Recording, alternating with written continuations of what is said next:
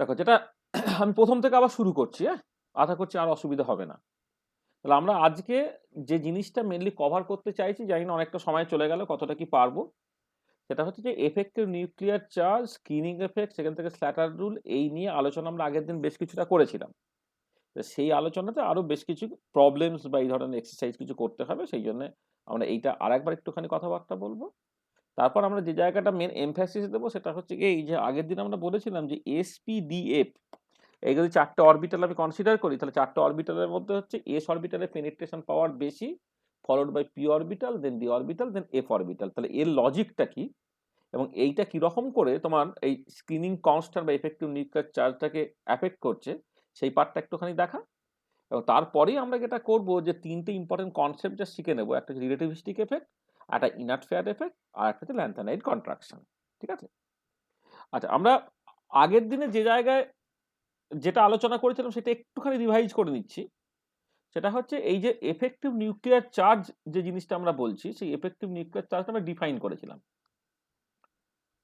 আচ্ছা, তোমাদের কোনো অসুবিধা হলে আমাকে আটকাবে এবং বলবে, হ্যাঁ। আমি যেমন আগে অনেকক্ষণ বলে গেছি, তারপরে দেখি হঠাৎ করে দেখছি আমি কি শুনতে পাচ্ছি, দেখি তোমরা শুনতে পাবো না, তারপর দেখলাম যে এই সমস্যা হয়েছে আর কি। হ্যাঁ, মানে যখনই তুমি আমার কথা শুনতে পাবে না বা স্ক্রিন ধরো দাঁড়িয়ে গেছে, তখনই সঙ্গে সঙ্গে বলবে স্যার স্ক্রিনটা দাঁড়িয়ে গেছে বা আপনার কথা শুনতে পাচ্ছি না। হ্যাঁ, আমি তো ফোনের দিকে তাকিয়ে বসে থাকবো না, সেটা হয়তো সঙ্গে সঙ্গে বললে দেখবে হয়তো স্ক্রিন অফ হয়ে গেছে কিন্তু তোমাদের কথাটা শুনতে পাচ্ছি। তাহলে এখন শুনতে পাচ্ছ তো? হ্যাঁ স্যার। হ্যাঁ স্যার। দেখতেও পাচ্ছ তো? হুম। আচ্ছা, তাহলে এফেক্টিভ নিউক্লিয়ার বাই ডেফিনেশন হচ্ছে, আমি আবার বলছি, জেড এফেক্টিভটা হচ্ছে জেড মাইনাস সিগমা। আচ্ছা, জেডটা যেখানে হচ্ছে number of protons in an atom or ion, atom বা আয়নের মধ্যে কতগুলো প্রোটন আছে সেই সংখ্যাটা হচ্ছে তোমার বেসিক্যালি জেড। আর এইটা অনেক সময় নাম্বার অফ ইলেকট্রনের সঙ্গে অনেকে সমান করে, কিন্তু নাম্বার অফ ইলেকট্রনের সঙ্গে তখনই তুমি সমান করতে পারবে যখন অ্যাটমটা হচ্ছে নিউট্রাল। কারণ নিউট্রাল অ্যাটমের ক্ষেত্রে প্রোটনের সংখ্যা এবং ইলেকট্রনের সংখ্যা যদি সমান হয়, সেখানে তুমি চাইলে এটাকে number of electrons in a neutral atom, সেইভাবে তুমি জিনিসটাকে ডিফাইন করতে পারো। আর সিগমা যেটা, সেই সিগমাটা হচ্ছে তোমার screening constant or shielding constant, screening constant আর শিল্ডিং কনস্ট্যান্ট।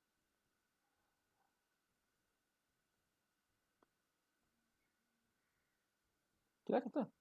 আচ্ছা, এবারে এই যে স্ক্রিনিং কনস্ট্যান্টটা তোমাকে বের করতে হয় কি করে? দেখো, জেডটা তুমি জানো অলরেডি, কোন একটা অ্যাটম বা এলিমেন্টের জেড কত হবে সেটা তুমি ছোটবেলা থেকে পড়ছো, সে সম্বন্ধে তোমার পরিষ্কার ধারণা আছে। এবং পিরিয়ডিক প্রপার্টিজ বা পিরিয়ডিক টেবিল নিয়ে কথাবার্তা বলতে গিয়ে সেটা আমরা বলেছিলাম যে যেটা ভীষণ ইম্পর্টেন্ট ব্যাপার ছিল, সেটা হচ্ছে নতুন যে আইউপ্যাক কনভেনশন বা মডার্ন পিরিয়ডিক টেবিল, সেখানে ওই যে ফিজিক্যাল এবং কেমিক্যাল প্রপার্টিজগুলো যেহেতু জেডের সঙ্গে বা অ্যাটমিক নাম্বারের সঙ্গে হচ্ছে তোমার পিরিয়ডিক্যালি চেঞ্জ হয়, সেখানে জেডটা অ্যাকচুয়ালি ভীষণ ইম্পর্টেন্ট। হুম। আচ্ছা, জেডটা, এটাকে অনেক সময় অ্যাটমিক নাম্বারও বলা হয় জেডটাকে। আচ্ছা, এবারে এই সিগমাটা তুমি কি করে ক্যালকুলেট করবে? এই সিগমাটা, এটা ক্যালকুলেট করার একটা রাস্তা হচ্ছে একটা এম্পিরিক্যাল রুল, সেটা হচ্ছে slaughter rule. May be calculated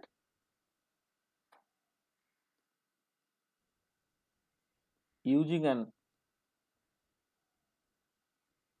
empirical rule called the slaughter rules. হ্যাঁ, এইটা দেখো আমরা আগের দিন ভালো করে ডিসকাস করেছি, ও সেই মতো করে দু একটা এক্সাম্পল বলেছি। ঠিক আছে? আচ্ছা, এবারে কথাটা হচ্ছে যেটা যে মানে তুমি, মানে আগের দিনের জিনিস আরেকটু রিভাইজ করে নিই। সেটা হচ্ছে যে কেন আমাকে এফেক্টিভ নিউক্লিয়ার চার্জ নিয়ে কথাবার্তা বলতে হলো।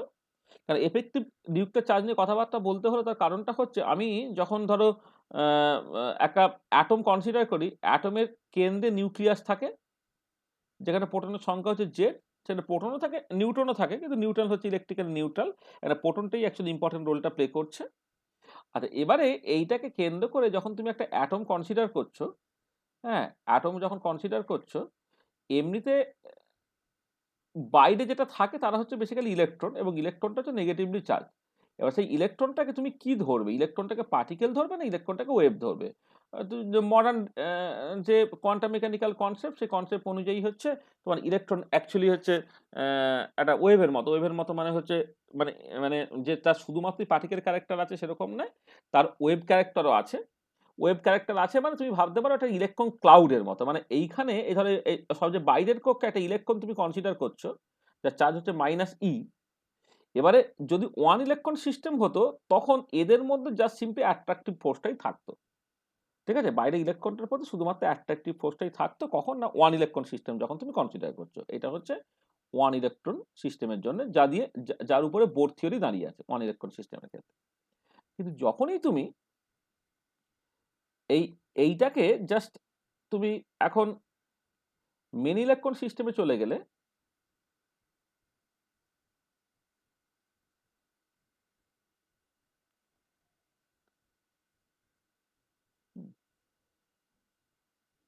যখন আমি মেনি ইলেকট্রন সিস্টেমে চলে গেলাম, হ্যাঁ, তখন কি হচ্ছে?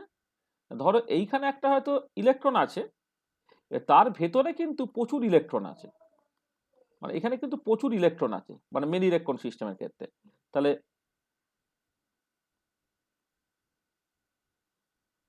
মাল্টি ইলেকট্রন সিস্টেম যখন কনসিডার করছি তখন কি হচ্ছে? তখন দুটো জিনিস হচ্ছে। একটা হচ্ছে যে এই নিউক্লিয়াসের সঙ্গে ইলেকট্রনের একটা অ্যাট্রাকটিভ ফোর্স কাজ করছে, এইটা। তাহলে এইটা হচ্ছে তোমার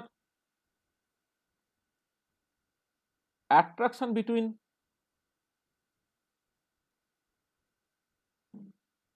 নিউক্লিয়াস অ্যান্ড ইলেকট্রন, এইটা একটা কাজ করছে। তার সঙ্গে আর একটা জিনিস কাজ করছে, সেটা হচ্ছে যে এইখানে যে ইলেকট্রনগুলো আছে, সেই ধর এখানে আরো ইলেকট্রন আছে, সেই ইলেকট্রনগুলো এই বাইরে ইলেকট্রনকে তোমার রিপেলও করতে পারে। হ্যাঁ, এখানে বাইরে যারা আছে তারা একে অপরের মধ্যে তোমার রিপেলশনও করতে পারে। সেখানে হচ্ছে তোমার একটা ইন্টার ইলেকট্রনিক রিপালশনও থাকতে পারে। ইন্টার ইলেকট্রনিক রিপালশন আছে। তার মানে কি হচ্ছে দেখো, যে ভেতরে কেউ না থাকলে বাইরে ইলেকট্রনটাকে নিউক্লিয়াসটা ঠিক যতটা ফোর্স দিয়ে অ্যাট্রাক্ট করতো, আর ভেতরে ইলেকট্রনটা থাকার জন্য কিন্তু ততটা ফোর্স দিয়ে অ্যাট্রাক্ট করতে পারছে না। মানে এটা দাঁড়াচ্ছে যে অ্যাজিভ যেন তুমি মনে মনে ভাবতে পারো যে এই যে ইন্টারনাল ইলেকট্রনস গুলো আছে, সেই ইন্টারনাল ইলেকট্রনস গুলো যে ইন্টার ইলেকট্রনিক রিপালশন দিচ্ছে, তার এফেক্টটা অ্যাজ এ হোল তুমি জাস্ট এই স্ক্রিনিং কনস্ট্যান্ট বা সিগমা দিয়ে এক্সপ্রেস করছো।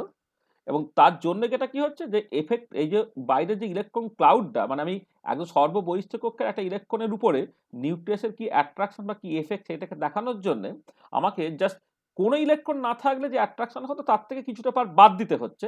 যতটা বাদ দিচ্ছে সেটাই বেসিক্যালি স্ক্রিনিং কনস্ট্যান্ট বা শিল্ডিং কনস্ট্যান্ট। এবং এইটাকে তুমি আদার ওয়ে ভাবতে পারো অ্যাজিভ যেন, ধরো যদি ভেতরে ইলেকট্রন না থাকতো, এই যে জেডটা যদি তোমার লেসে 20 হতো, এই ভেতরে ইলেকট্রন থেকে দেওয়ার জন্য জেডটা যেন বেশ কিছুটা কমে যাচ্ছে। মানে ধরো 20টা পজিটিভ চার্জ একটা ইলেকট্রনকে যে ফোর্স দিয়ে অ্যাট্রাক্ট করতো যখন কোনো ইলেকট্রন মাঝখানে ছিল না, আর মাঝখানে ইলেকট্রন থেকে যাওয়ার জন্য অ্যাজিভ যেন 20টা নয়, দেখা গেল হয়তো 10টা ইলেকট্রন, 10টা প্রোটন একটা ইলেকট্রনকে অ্যাট্রাক্ট করলে রেজাল্টেন্ট যে ফোর্সটা হয় তুমি অ্যাকচুয়ালি সেই ফোর্সটাকে পাচ্ছ। তার মানে এটা দাঁড়াচ্ছে যে এই ভেতরের ইলেকট্রন আছে তার এক্সিস্টেন্সটাকে তুমি জাস্ট সিম্পলি না দেখে এইরকম করে ব্যাপারটাকে ভাবতে পারো যে অ্যাজিভ যেন জেডটা পাল্টে গেল। তার মানে যেটা দাঁড়াচ্ছে যে তোমার যে মানে যেটা দাঁড়াচ্ছে সেটা হচ্ছে এই যে তোমার জেডটা অ্যাজিভ যেন বা ইলেকট্রনের সঙ্গে নিউক্লিয়াসের যে অ্যাট্রাকশনটা, সেইটা অ্যাজিভ যেন ইলেকট্রনিক রিপালশন থেকে কিছুটা রিডিউস করে গেছে। এবং রিডিউস করাটাকে তুমি ভাবছো অ্যাজিভ যেন নিউক্লিয়াসের যে পজিটিভ চার্জটা, সেই চার্জের পরিমাণটাই অ্যাজিভ যেন কিছুটা কমে গেছে। এই কমে গিয়ে যেটা দাঁড়িয়েছে সেটাই হচ্ছে জেড এফেক্টিভ। এবং সেটা হচ্ছে অ্যাকচুয়ালি যে প্রোটনের সংখ্যা ছিল সেইটা মাইনাস হচ্ছে ইলেকট্রনগুলো ইন্টার ইলেকট্রনিক রিপালশনের জন্য বেসিক্যালি বাইরের ইলেকট্রনটাকে যতখানি রিপালশন ফোর্স দিচ্ছে সেটাকে বাদ দিয়ে দেওয়া, এবং সেটাই হচ্ছে সিগমার মধ্যে ঢোকানো আছে। এই হচ্ছে গল্পটা। ঠিক আছে? আচ্ছা, এবারে আমি যেটা দেখতে চাইছি যে ধরো তুমি, আচ্ছা এটাকে এক সেকেন্ড, মানে এটাকে আমি এটাকে পরে আমি দেখাচ্ছি, এই ছবিটার নেচারটা আমি পরে দেখাচ্ছি। আচ্ছা, এবারে এই কনসেপ্টটার উপরে বেশ করে আমি প্রথমে আচ্ছা প্রথমে আমি যেটা করতে চাইছি যে আমি অ্যাপ্লিকেশনটা আসবো, অ্যাপ্লিকেশন আসার আগে যে ধরো যে তুমি এই যে নিউক্লিয়াসকে কেন্দ্র করে ইলেকট্রন নিউক্লিয়াসকে কেন্দ্র করে ইলেকট্রনগুলো আছে বলে তুমি একটা ইন্টার ইলেকট্রনিক রিপালশন দিয়ে স্ক্রিনিংটাকে বোঝার চেষ্টা করছো, কিন্তু মোদ্দা কথা যেটা হচ্ছে যে মডার্ন ডেফিনেশন অফ অরবিটালস তাতে কি হচ্ছে তাতে তো ইলেকট্রন ঠিক পার্টিকেলের মতো নয়, সেটা ইলেকট্রন ক্লাউডের মতো, এবং ইলেকট্রন ডিস্ট্রিবিউশনটাই অ্যাকচুয়ালি ইম্পর্টেন্ট রোলটা প্লে করবে। তাহলে ইলেকট্রন ডিস্ট্রিবিউশন যদি ইম্পর্টেন্ট রোলটা প্লে করে, তাহলে ইলেকট্রন ডিস্ট্রিবিউশনটা বিভিন্ন অরবিটালের ক্ষেত্রে বিভিন্ন। এবারে সেই যে বিভিন্ন অরবিটালের ক্ষেত্রে ডিস্ট্রিবিউশনটা বিভিন্ন, তার কোনো এফেক্ট মানে তার কোনো রোল অ্যাকচুয়ালি আছে কিনা সেইটা এবার একটুখানি বোঝার দরকার পড়ছে। সেটাই আমি যেটা বলতে চাইছি যে নেচার অফ দ্য অরবিটালস এবং values of the shielding constant, তার যে কোয়ালিটেটিভ যে ডিসকাশনটা সেইটা এবার আমি করতে চাইছি, বা penetration power of the orbital, সেইটা নিয়ে জাস্ট আমি একটু আলোচনাটাকে করতে চাইছি। তাহলে এখানে যে কথাটা বললাম ধরো এই স্লাইডের মধ্যে, সেটা তুমি অলরেডি জানো। হ্যাঁ, আমরা সেটা মানে আগের দিন আলোচনা করেছি। আজকে এবারে যে জিনিসটা দিয়ে আমরা স্টার্ট করব সেটা হচ্ছে এই যে nature of the orbital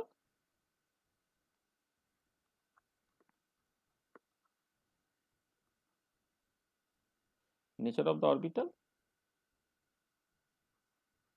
and values of the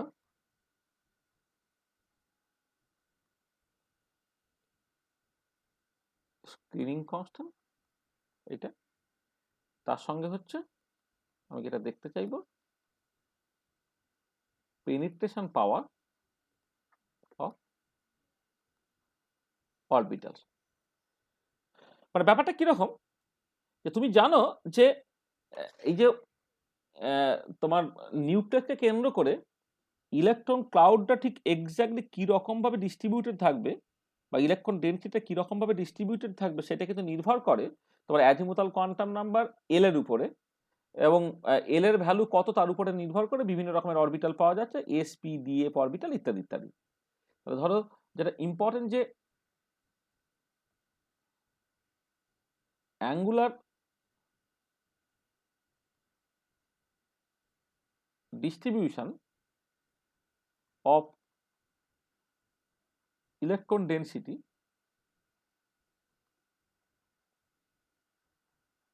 depends on the azimuthal quantum number এল, তাই তো? অ্যাঙ্গুলার ডিস্ট্রিবিউশন না বলে আমি ওভারঅল ডিস্ট্রিবিউশনও বলতে পারি আর কি। হ্যাঁ, মানে এটাকে আরেক রকম ভাবে লিখতে পারি যে ইনে ইনে ইনে না করে ফরে লিখি।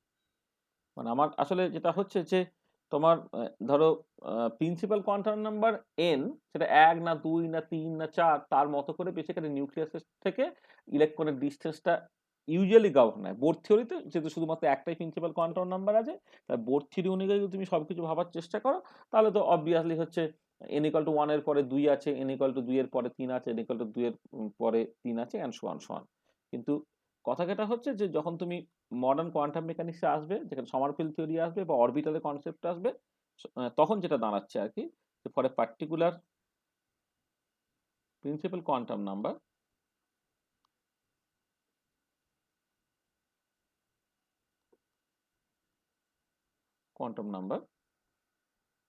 distribution of electron density depends on the azimuthal quantum number L। আচ্ছা, এবারে সেই L এর ভ্যালু 0 না 1 না 2 না 3 এর উপরে নির্ভর করে অরবিটালগুলো তুমি ডেজিগনেট করছো কিরকম ভাবে, S orbital, P orbital, D orbital, F orbital ইত্যাদি, এগুলো সব হচ্ছে অরবিটাল। আচ্ছা, যারা ওই প্রথমবারের জন্য মানে আসলে অ্যাটমিক স্ট্রাকচার আমার কাছে পড়োনি, আমি অ্যাটমিক স্ট্রাকচার পড়াবো তোমাদের, আজকেই আলোচনা করে নেব যে সন্ধ্যার দিকে একটা পার্টিকুলার ডেট তোমাদেরকে দিতে বলবো, যেখানে আমরা এটা পড়াবো আর কি, তোমার অ্যাটমিক স্ট্রাকচারটা শুরু করব। হ্যাঁ, তাহলে যেটা হচ্ছে যে আমরা পড়িয়েছি, আর তোমাদের 11-12 নলেজটা যদি মোটামুটি ভাবে থাকে, তাহলে সেখান থেকে তোমাদের বেশ কিছু ধারণা অলরেডি হয়ে আছে যে রেডিয়াল ডিস্ট্রিবিউশন ফাংশন বা রেডিয়াল প্রবাবিলিটি ডেনসিটি সেটা বিভিন্ন অরবিটালের ক্ষেত্রে কেমন দেখতে হয় আর কি। ধরো ফর এক্সাম্পল আমি তোমার n ইকুয়াল টু 3 কনসিডার করছি, n ইকুয়াল টু 3। আচ্ছা এটা তো জানা আছে যে ফরে এটা এটা তো নিশ্চয়ই বলতে হবে না, পরে given n allowed values of l সেটা কত হয়, 0 1 2 থেকে শুরু করে আপ টু n-1 পর্যন্ত হয়, তাই তো? তো যখন আমি n ইকুয়াল টু 1 বলছি তাহলে দেয়ার আর 3 অরবিটালস। অরবিটালস তারা কারা কারা? 3s অরবিটাল, 3p অরবিটাল বা 3d অরবিটাল। বা n ইকুয়াল টু 2 হলে হচ্ছে তোমার মানে একটাই অরবিটাল 2s আর 2p। n ইকুয়াল টু 1 হলে মানে এটা বলাই ভালো, মানে n ইকুয়াল টু 1 হলে হচ্ছে তোমার অনলি 1 অরবিটাল। এগুলো সব আমাদের বলা হয়েছে, কিন্তু যারা প্রথম ইনঅর্গানিক কেমিস্ট্রি আমার কাছে পড়ছে তাদের জন্য আমি একটু রিক্যাপচুলেট করে দিচ্ছি। n ইকুয়াল টু 1 এর জন্য অনলি 1 অরবিটাল, সেটা হচ্ছে 1s। n ইকুয়াল টু 2 এর জন্য 2 অরবিটাল, একটা হচ্ছে 2s একটা হচ্ছে 2p। n ইকুয়াল টু 3 এর জন্য দেয়ার আর 3 অরবিটালস। আর n ইকুয়াল টু 4 এর জন্য তোমার বেসিক্যালি 4 অরবিটালস, সেটা হচ্ছে ধরো 4s 4p 4d 4f এইটা and so on and so on. আচ্ছা এবারে তুমি এটা জানো কিনা দেখো যে যখন আমি মানে আসলে এটা এটা অ্যাটমিক স্ট্রাকচার পড়া যদি আগে পড়ানো আমাদের আমরা পড়িয়েছিলাম, কিন্তু তোমরা অনেকেই সেই ক্লাসটা করোনি আর কি। সেখানে হচ্ছে যে একটা রেডিয়াল প্রবাবিলিটি ডেনসিটি বলে একটা টার্ম ডিফাইন করতে হয়। রেডিয়াল প্রবাবিলিটি ডেনসিটি এইটা, বা অনেক সময় বলা হয় এটাকে radial distribution function, radial distribution function সংক্ষেপে RDF। রেডিয়াল প্রবাবিলিটি ডেনসিটি বা রেডিয়াল ডিস্ট্রিবিউশন ফাংশন জিনিসটা কি একটুখানি জাস্ট একটু আমি বলে নিই।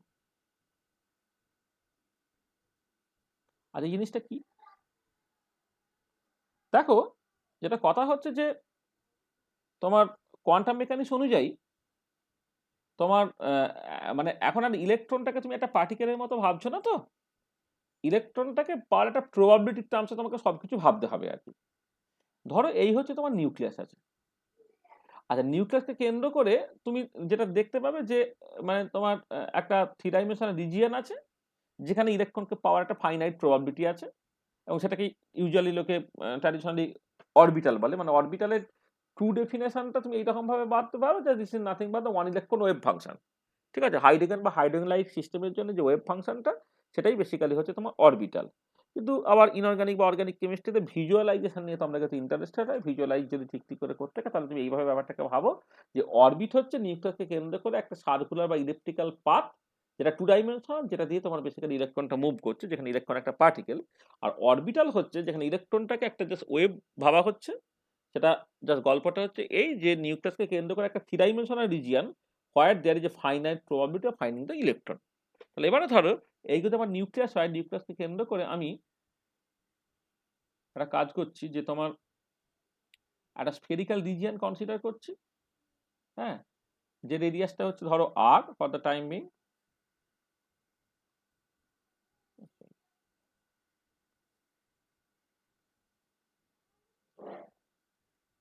এইটা ধর এই রেডিয়াসটা হচ্ছে r। আর এইখান থেকে আমি আরেকটা কোসেন্ট্রিক আরেকটা স্ফিয়ার কনসিডার করলাম, যার রেডিয়াসটা ধরে নাও r প্লাস dr। আচ্ছা এবার আমি জানতে চাইছি যে এইটুকু জায়গার মধ্যে তোমার ইলেকট্রনকে পাওয়ার প্রবাবিলিটি কতটা। ঠিক আছে, এইটুকু জায়গার মধ্যে ইলেকট্রনকে পাওয়ার প্রবাবিলিটি কতটা। আচ্ছা সেইটা একটা ফর্মুলা যদি ঠিক হয়, তাহলে যদি সাই, যেটা তোমার তিনটে কোয়ান্টাম নাম্বার n l এবং ml এর উপর ডিপেন্ড করছে, এবং এটা তোমার যে পজিশন ডিপেন্ডেন্স হচ্ছে r থিটা ফাই, মানে স্ফেরিক্যাল পোলার কোঅর্ডিনেট সিস্টেম এবং কার্টিজিয়ান কোঅর্ডিনেট সিস্টেমে কোঅর্ডিনেটগুলো x y z দিয়ে তুমি লেখো। যেমন স্ফেরিক্যাল পোলার কোঅর্ডিনেট সিস্টেমে না তোমার ওটাকে r থিটা ফাই দিয়ে লিখতে হয়। ঠিক আছে, সেগুলো মানে হাইড্রোজেন অ্যাটম প্রবলেমে আমরা খুব ভালো করে আলোচনা করব, সেটা নিয়ে টেনশনের কিছু নেই। যারা জানো তো জানোই, যারা জানো না তো টেনশন করার কিছু না। 11-12 তোমরা মোটামুটি ভাবে পড়েছো, সেইটা একটু ভালো করে ভাবার চেষ্টা করো, তাহলে তুমি বুঝতে পারবে যে অরবিটাল, যেটা অ্যাকচুয়ালি ওয়েভ ফাংশন দিয়ে এক্সপ্রেস করা হবে, যে ওয়েভ ফাংশনটা আর থিটা ফাই এর ফাংশন, এবং সেটা প্যারামেট্রিক্যালি হচ্ছে তিনটে কোয়ান্টাম নাম্বার এন, যেটা principal quantum number, L azimuthal quantum number, এবং M L magnetic quantum number, তাদের উপরে ডিপেন্ড করছে। আচ্ছা, এবার এই অরবিটালগুলো ইন জেনারেল কমপ্লেক্স হতে পারে, তাই তো? সেই জন্য এই এই যদি আমার অরবিটালটা হয়, এবার আমি কি করব না, এইটার কমপ্লেক্স কনজুগেট নিয়ে তার সঙ্গে গুণ করব, গুণ করে এখানে রিয়েল হয়ে যাবে। মানে বেসিক্যালি আমি যেটা করছি যে সাই এন এল এম এল আর থিটা ফাই তার কমপ্লেক্স কনজুগেট নিলাম, আবার ওই যে অরবিটালটায় সেটাই লিখলাম, কিন্তু কমপ্লেক্স কনজুগেট না নিয়ে এটা লিখলাম, তাহলে সাইজটাই সাই হলো। আর এবার তার সাথে আমি যেটা গুণ করছি সেটা হচ্ছে তোমার r square d r sine theta d theta d phi, এইটা যদি গুণ করি, এটা হচ্ছে ভলিউম এলিমেন্ট, মানে কার্টিকান কোঅর্ডিনেট সিস্টেমের যে ভলিউম এলিমেন্টের ডিএক্স ডিওয়াই ডিজেড হয় একটা ছোট্ট ভলিউম এলিমেন্ট 3 ডাইমেনশনে, আর এটাই পোলার কোঅর্ডিনেট সিস্টেমে সেই ভলিউম এলিমেন্টটা হয় r square d r sine theta d theta d phi, এইটা। আচ্ছা, এবারে এইটা হচ্ছে তোমার একটা ছোট্ট ভলিউম এলিমেন্ট, যেখানে আরটা হচ্ছে আর থেকে আর প্লাস ডি আর, থিটাটা থিটা থেকে থিটা প্লাস ডি থিটা, আর ফাইটা ফাই থেকে ফাই প্লাস ডি ফাই, সেইটুকু ভলিউমের মধ্যে থাকার প্রবাবিলিটি হচ্ছে এইটা। আর এবারে আমি যদি এইটাকে জাস্ট আরটাকে আর থেকে আর প্লাস ডিআরই রাখলাম, কিন্তু পুরো এই স্ফেরিক্যাল সেলটাকে কভার করার জন্য তোমাকে যেটা করতে হচ্ছে, ফাইটাকে সেই 0 থেকে 2 পাই পর্যন্ত নিয়ে ইন্টিগ্রেট করে দিতে হচ্ছে, আর থিটাটাকে হচ্ছে তোমার 0 থেকে পাই পর্যন্ত নিয়ে ইন্টিগ্রেট করে দিতে হচ্ছে। করে তুমি যে জিনিসটা পেলে সেইটাকে যে আমি নাম দিচ্ছি তোমার পি আর, হ্যাঁ এটাকে আমি নাম দিচ্ছি ধরো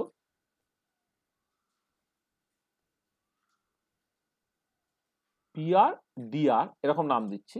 তাহলে এইটা হচ্ছে যে probability of finding the electron within the spherical shell of radius R and R plus d r. তাহলে তাহলে দেখো, তাহলে এইটাকে যদি পুরোটা ইন্টিগ্রেট করে দিতাম, আরটাও তোমার 0 থেকে ইনফিনিটি পর্যন্ত ইন্টিগ্রেট করে দিতাম, তাহলে যেটা হতো টোটাল প্রবাবিলিটি হয়ে গেল সেটা 1 বেরোতো।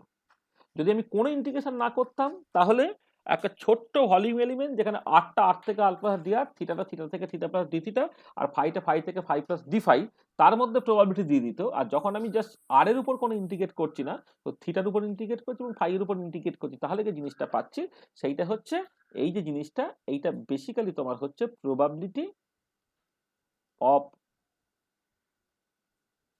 Finding the electron within the spherical shell of radius r and r plus dr। তাহলে বোঝা গেল যে probability of finding the electron within the spherical shell of radius R and R plus D R, সেটা by definition হচ্ছে এইটা।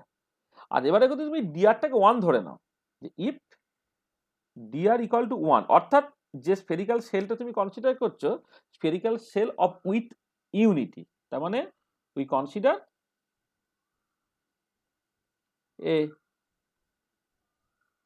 spherical cell of with unity, এইটা spherical shell of with unity যদি তুমি কনসিডার করো, তাহলে কি হবে? কিছুই না, তুমি ডিআরটাকে জাস্ট, হ্যাঁ, consider spherical shell of with unity তুমি যদি ধরো, হ্যাঁ, তাহলে ডিআরটাকে তুমি জাস্ট সিম্পলি 1 ধরে নিলে, তাহলে 1 ধরে নিলে কি পড়ে থাকছে?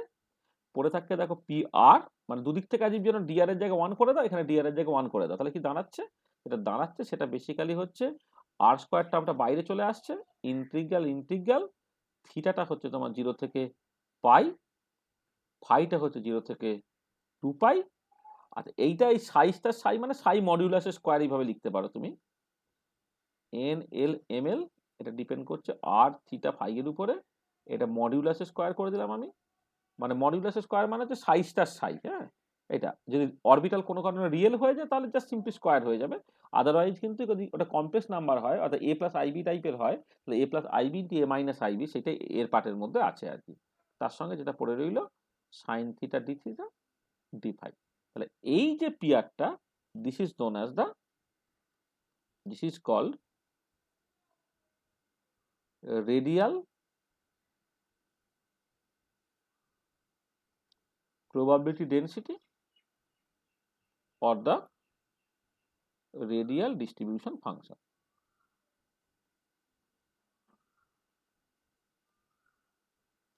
ঠিক আছে, this is the radial probability density or the radial distribution function. তাহলে পরিষ্কার, রেডিয়াল প্রবাবিলিটি ডেনসিটি বা রেডিয়াল ডিস্ট্রিবিউশন ফাংশন আমি কাকে বলছি? কারো অসুবিধা থাকলে বলো।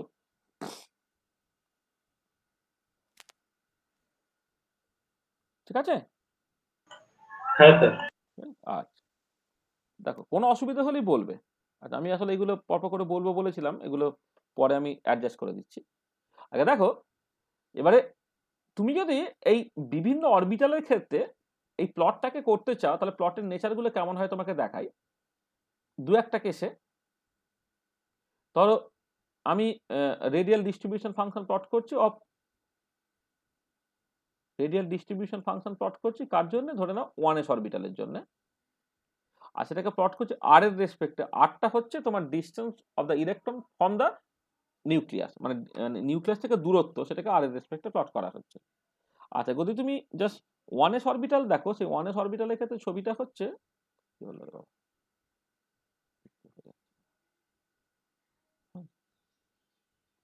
1s অরবিটালের ক্ষেত্রে ছবিটা দেখতে হয়ে যাচ্ছে এরকম একটা ছবি দেখতে হয়ে যাচ্ছে 1s অরবিটালের ক্ষেত্রে।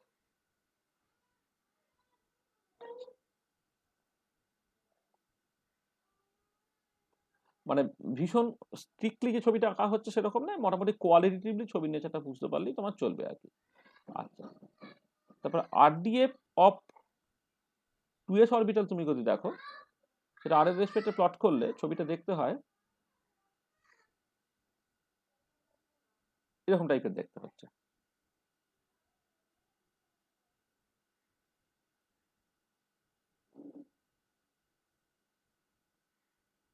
এটা স্কেলে আঁকা হচ্ছে না, জাস্ট কোয়ালিটেটিভলি ছবিগুলো আমি বলছি। Radial distribution function of 3s orbital যদি তুমি দেখো, আর এর রেসপেক্টে প্লট যদি করো, তাহলে জিনিসটা দেখতে হচ্ছে এরকম।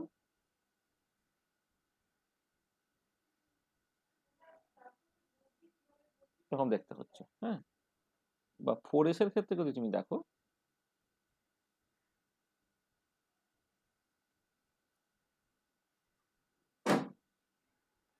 Radial distribution function of 4s orbital,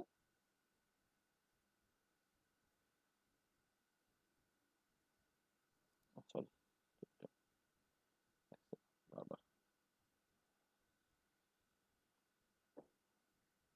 একটা ছোট হাইট, আর একটু বড়, আর একটু বড়,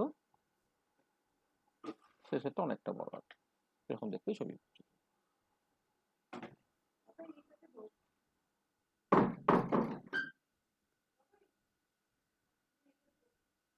ঠিক আছে, তাহলে দেখো 1s 2s 3s 4s তাদের রেডিয়াল ডিস্ট্রিবিউশন ফাংশনটা এরকম দেখতে। আচ্ছা, এবার 2s এর সঙ্গে যখন তুমি 2p টা দেখছো,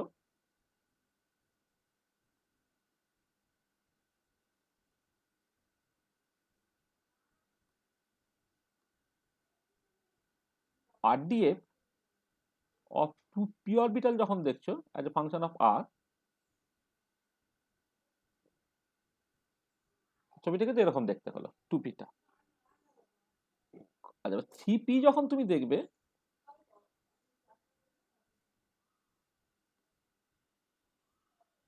RDF of 3p orbital with respect to r,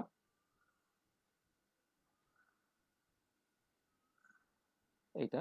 R 3d যখন তুমি দেখবে,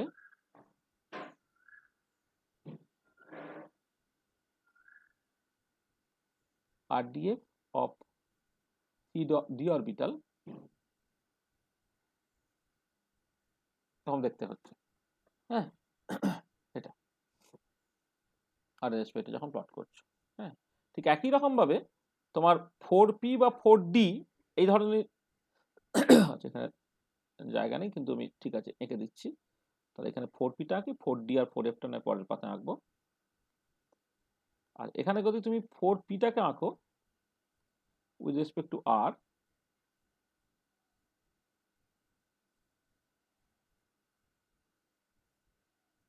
এখানে দেখতে হলো 4p এর জন্য। আচ্ছা, 4d এর জন্য কেমন দেখতে?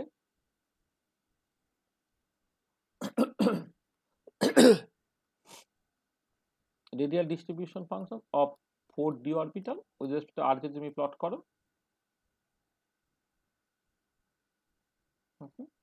আর ফাইনালি আর আঁকবো না, তুমি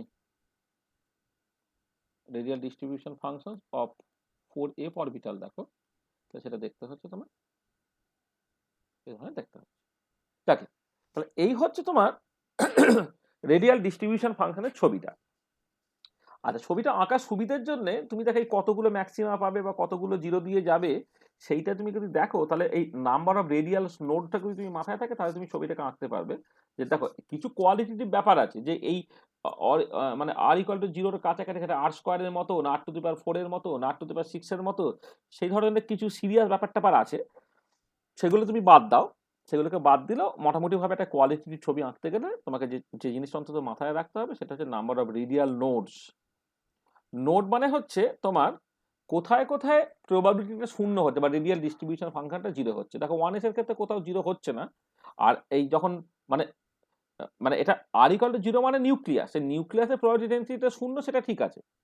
নিউক্লিয়াস বাদ দিয়ে বাকি যেটা, আর ইনফিনিটিতে তো অবশ্যই ইলেকট্রন থাকবে না, তাহলে জিরো এবং ইনফিনিটি বাদ দিয়ে বাকি অন্য কোথাও বেসিক্যালি রেডিয়াল ডিস্ট্রিবিউশন ফাংশনটা জিরো হয়েছে কিনা সেটাই হচ্ছে নাম্বার অফ রেডিয়াল নোডস দিচ্ছে। নাম্বার অফ রেডিয়াল নোড হচ্ছে n মাইনাস l মাইনাস 1 হয়। তাহলে এইটা হচ্ছে নাম্বার অফ রেডিয়াল নোডসের হচ্ছে ফর্মুলা। ঠিক আছে, এইটা এবার সেই মতো করে তুমি ফর্মুলায় ফেলো। তুমি দেখো যেমন এই ধরো 4p এর ক্ষেত্রে, 4p এর ক্ষেত্রে নাম্বার অফ রেডিয়াল নোডস পরিষ্কার কোথায়, এইখানে একটা আছে, এটা জিরোর দিকে যাবে, এইখানে একটা আছে, তাহলে দুটো তো। দেখো এই ফর্মুলায় ফেলো, n এর ভ্যালু তুমি বসাচ্ছ just n equal to 4, l এর ভ্যালু 1, তা 4 মাইনাস 1 মাইনাস 1 মানে 2 হচ্ছে। দেখো এই দুটো তুমি রেডিয়াল নোড পেয়েছো। ঠিক আছে, আবার 4s অরবিটাল যখন তুমি দেখছো, তোমার বেসিক্যালি 1 2 3 তিনটে রেডিয়াল নোড তুমি পাবে। কি করে পেলে? কারণ s অরবিটালের জন্য l এর ভ্যালু 0 আর n এর ভ্যালু এই পার্টিকুলার ক্ষেত্রে 4 বলে হচ্ছে তুমি তিনটে রেডিয়াল নোড পাচ্ছ। তাই তো? আচ্ছা, এবারে খেয়াল করো, ধরো তুমি যখন এই 2s এবং 2p কম্পেয়ার করছো, 2s ভার্সেস 2p যখন তুমি দেখছো, কি দেখছো না, 2pর ক্ষেত্রে একটা জায়গাতেই ম্যাক্সিমা আছে আর 2s এর হায়েস্ট ম্যাক্সিমাটা এখানে, কিন্তু তার সঙ্গে সঙ্গে আরেকটা ম্যাক্সিমা আছে যেটা দেখো নিউক্লিয়াসের খুব কাছে। তুমি এটা দেখবে যে এইটা না মানে অ্যাকচুয়ালি 2s এর ক্ষেত্রে এটা 4a0 তে হয়, এইটা হচ্ছে 0.77a0 এর কাছে একটা আছে, এইটা হয় a0 তে হয়, এটা a0 তে, a0 মানে বোর্ড রেডিয়াস, সেখানে তোমার ম্যাক্সিমাটা পাও। আর এইখানে হচ্ছে 4a0 তে তুমি ম্যাক্সিমাটা পাচ্ছ, আর এইটা হচ্ছে একটা হবে 0.77a0 তে আর একটা 5.23a0 তে, সেখানে তুমি ম্যাক্সিমাটা পাচ্ছ। দেখো তোমার অ্যাপারেন্টলি তাহলে কি মনে হচ্ছে যে তোমার এই যে highest maxima of the 2s orbital সেটা হচ্ছে highest maximum of the 2p orbital তার থেকে পরে আছে, কিন্তু 2s অরবিটালের ক্ষেত্রে তার প্রবাবিলিটির একটা বড় ফ্র্যাকশন মানে আরেকটা ছোট ম্যাক্সিমা সেটা কিন্তু নিউক্লিয়াসের অনেক কাছে, এবং কত কাছে, ইভেন দেখো তোমার 1s অরবিটালের যে ম্যাক্সিমাটা যেখানে আছে তারও ইভেন কাছে হচ্ছে। ঠিক একই রকম ভাবে যখন আমি 3s 3p এবং 3dটাকে কনসিডার করছি, তুমি এই 3d এইটা হচ্ছে তোমার বেসিক্যালি হয় 9a0, কিন্তু এক্ষেত্রে কি হচ্ছে, এইটা হয়তো 9a0 থেকে বেশি, কিন্তু তার আগে একটা ম্যাক্সিমা আছে, এখানে দেখো আরেকটা ম্যাক্সিমা আছে, এখানে একটা ম্যাক্সিমা আছে। তার মানে তুমি এই যে 3s 3p এবং 3d যখন কম্পেয়ার করছো তখন হায়েস্ট যে ম্যাক্সিমা গুলো সেইটা ঠিক আছে, মানে হয়তো 3d থেকে 3p দূরে, 3p থেকে 3s দূরে, কিন্তু একটা ইম্পর্টেন্ট পয়েন্ট সেটা হচ্ছে এই যে হায়েস্ট ম্যাক্সিমা ছাড়াও হচ্ছে এই পার্টিকুলার কেসে 3p তে একটা এবং 3s এ দুটো লোকাল ম্যাক্সিমা তুমি দেখতে পাচ্ছ, যে ম্যাক্সিমাম গুলো কিন্তু নিউক্লিয়াসের অনেক কাছে। তাহলে এটা 2s এবং 2p ভার্সেস 2p যখন তুমি কম্পেয়ার করছো, সেখানে কি দেখতে পাচ্ছ যে as there is a additional maxima, there is an additional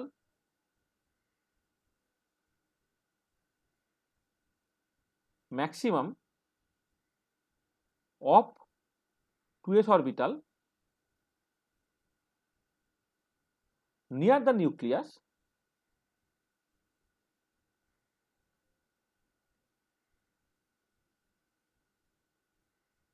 it has been penetrated more towards nucleus and hence can skin the nucleus better. দেখো এইটা বুঝতে পারলে কিনা দেখো, যেমন ইলেকট্রন ক্লাউড দিয়ে তো নিউক্লিয়াসটাকে ঘেরা হচ্ছে বেসিক্যালি। মানে এই যে যেটা হচ্ছে যে আমি রেডিয়াল ডিস্ট্রিবিউশন ফাংশন যখন বললাম, এই যে নিউক্লিয়াস এখানে আছে, তার একটা পজিটিভ চার্জ জেড নিয়ে ধরো, এই ইলেকট্রন ক্লাউডটা কি করছে, তাকে তো নিউক্লিয়াসটাকে তো বেসিক্যালি ঘিরে ফেলছে। তাহলে সেই ঘিরে ফেলাটা কোথায় বেটার হচ্ছে না, 2p আর 2s যখন কনসিডার করছো, যদি 2s এর এই ম্যাক্সিমাটা না থাকতো, তাহলে তোমাকে তখন তর্কের ব্যাপার আসতো যে কোনটা 2s বেশি স্কিন করবে না 2p বেশি স্কিন করবে। কিন্তু 2s এর ক্ষেত্রে একটা ইলেকট্রন ডেনসিটি, মানে fraction of the electron density, সেটা কিন্তু অ্যাকচুয়ালি আছে নিউক্লিয়াসের খুব কাছে। নিউক্লিয়াস মানে এইখানে, নিউক্লিয়াসের খুব কাছে আছে। তো নিউক্লিয়াসের কাছে যদি থাকে, সে কি করবে, সে বেসিক্যালি নিউক্লিয়াসের পজিটিভ চার্জটাকে অনেক বেশি স্কিন করতে পারবে। তাই ইন আদার ওয়ে আমি বলছি যে যদিও তোমার যখন নর্মালি বোর পিকচারে অরবিটের কথাবার্তা বলি, তখন হয়তো n ইকুয়াল টু 2, সেটা হয়তো নিউক্লিয়াসের অনেক কাছে, কিন্তু n ইকুয়াল টু 2 এর আন্ডারে দুটো অরবিটাল আছে, 2s এবং 2p অরবিটাল। 2s অরবিটালটা কিন্তু অনেক বেশি ঢুকে গেছে টুয়ার্ড নিউক্লিয়াস। তো সেই জন্য আমি জাস্ট বলবো যে 2s অরবিটালের পেনিট্রেশন পাওয়ারটা বেশি in comparison to the 2p orbital. সেটা এখানে লেখা হয়েছে as there is an additional maximum of 2s orbital near the nucleus. It has been penetrated more toward nucleus and hence can screen the nucleus better. ঠিক একই situation হচ্ছে যখন তুমি 3s 3p 3d করবে। 3dর ক্ষেত্রে ওই যে ম্যাক্সিমা যেটা 9a0, তার ভেতরে আর কোনো ম্যাক্সিমা নাই, কিন্তু 3pর ক্ষেত্রে একটা আছে, 3s এর ক্ষেত্রে একাধিক আছে। তো 3s এর ক্ষেত্রে দুটো আছে, তারা নিউক্লিয়াসের কাছে বলে তার মানে তারা অনেক বেশি পেনিট্রেট করে গেছে এবং তাদের করসপন্ডিং স্ক্রিনিংটা অনেক বেশি হবে। সিমিলার সিচুয়েশন হচ্ছে 4s এর ক্ষেত্রে। তার মানে আমি পরিষ্কার বুঝতে পারছি কি, তাহলে এই অ্যানালিসিস মানে থেকে এটা পরিষ্কার যে it is clear that the order of penetration power হচ্ছে ভেতরে ঢুকে যাও, কত সহজে ঢুকতে পারছে। আর যার penetration পাওয়ার বেশি হবে, তার স্ক্রিনিং করার এবিলিটি বেশি হবে। It is clear that the order of penetration power or the screening ability follows the order। কোন একটা গিভেন যদি প্রিন্সিপাল কোয়ান্টাম নাম্বার তুমি ধরো n, তো ns এর ক্ষেত্রে সবচেয়ে বেশি হবে then np, then nd, then nf and so on. তাহলে f এর থেকে d বেশি, d এর থেকে p বেশি, p এর সঙ্গে s বেশি। আচ্ছা, অবশ্যই কিন্তু তুমি 2s মানে ধরো 3s এর সঙ্গে 2p কনসিডার করলে কিন্তু হবে না, মাথায় রাখতে হবে। মানে যে প্রিন্সিপাল কোয়ান্টাম নাম্বার তুমি কনসিডার করছো, তার 4s 4p 4d 4s বা 3s 3p 3d এইভাবে কম্পারিজনটা করতে হবে। তাহলে যেটা কথা সেটা হচ্ছে যে তোমার পেনিট্রেশন পাওয়ার যেটা, সেই পেনিট্রেশন পাওয়ারটা হচ্ছে তোমার এস অরবিটালের ক্ষেত্রে বা স্ক্রিনিং করার এবিলিটিটা এস এর ক্ষেত্রে সবচেয়ে বেশি, দেন পি, দেন ডি, দেন এফ। এবারে যদি এফেক্টিভ নিউক্লিয়ার চার্জ ক্যালকুলেট করো, তাহলে এফেক্টিভ নিউক্লিয়ার চার্জটা ঠিক উল্টো অর্ডার হবে। তাহলে এফেক্টিভ নিউক্লিয়ার চার্জ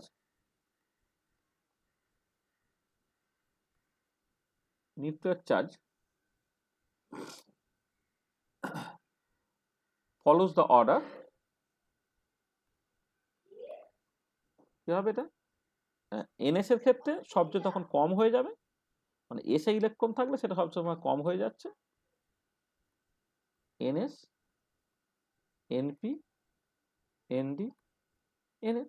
তো এফেক্টিভ নিউক্লিয়ার চার্জটা তখন এফ এর ক্ষেত্রে বেশি হয়ে যায়। তাহলে এফ অরবিটালের স্ক্রিন করার এবিলিটি যেহেতু তোমার কম হচ্ছে, সেই জন্য তার ক্ষেত্রে এফেক্টিভ নিউক্লিয়ার চার্জটা হচ্ছে বেশি। ওই যে জেড মাইনাস সিগমা, সিগমার ভ্যালু কমে গেলে কি হবে, জেড এফেক্টিভটা বেড়ে যাবে।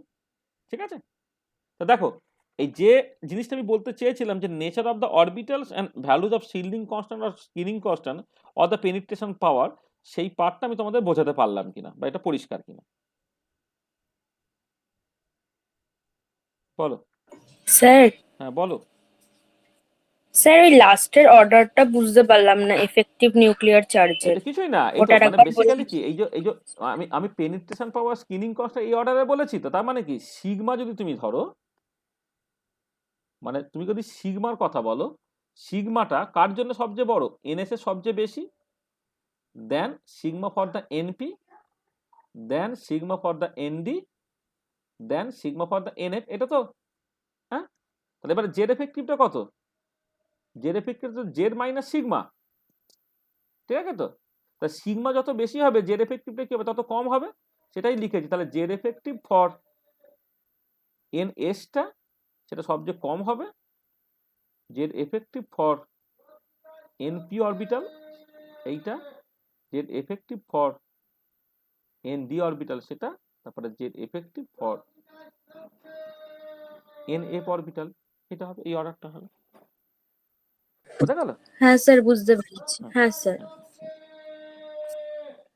দেখো আর মানে যা বলেছি কারো কোনো অসুবিধা আছে?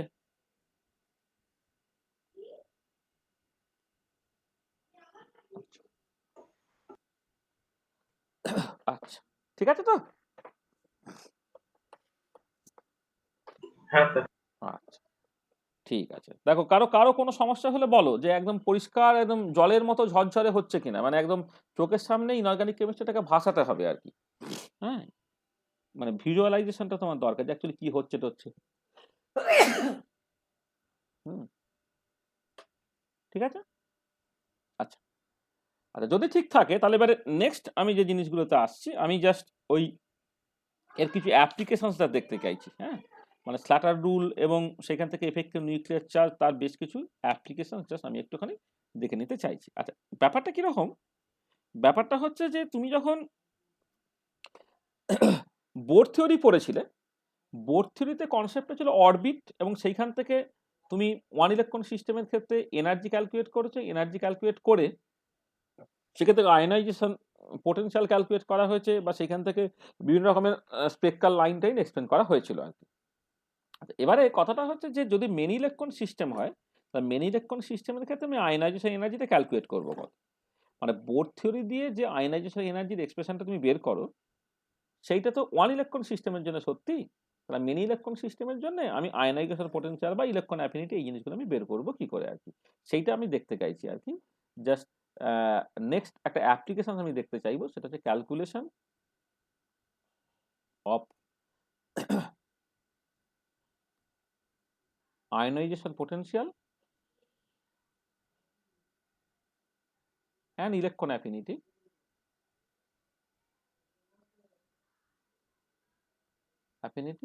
ফর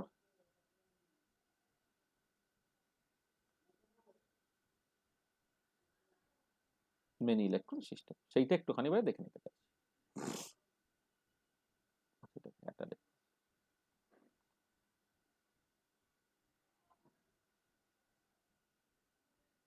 আচ্ছা, এইটা দেখো তুমি যদি ওয়ান ইলেকট্রন সিস্টেমটাকে দেখো,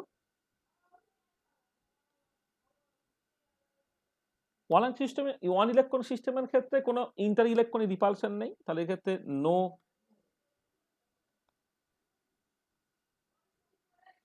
ইন্টার ইলেকট্রনিক রিপালশন, এক্ষেত্রে বোর থিওরি ইজ অ্যাপ্লিকেবল, তাই তো?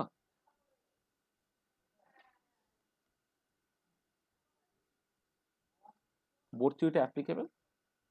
আচ্ছা, বোর থিওরি অনুযায়ী দেখো তোমাদের মনে পড়ছে কিনা যে এনার্জি এক্সপ্রেশনটা এই যেভাবে আমি এইভাবে লিখছি, মাইনাস এম এই Z square to the power 4 by 8 epsilon 0 square N square H square, এই তো?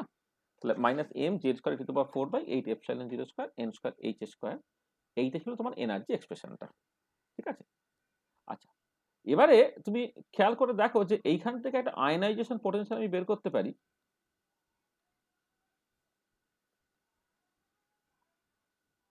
আয়নাইজেশন পোটেনশিয়াল আইপিটা, এটা কি ছিল?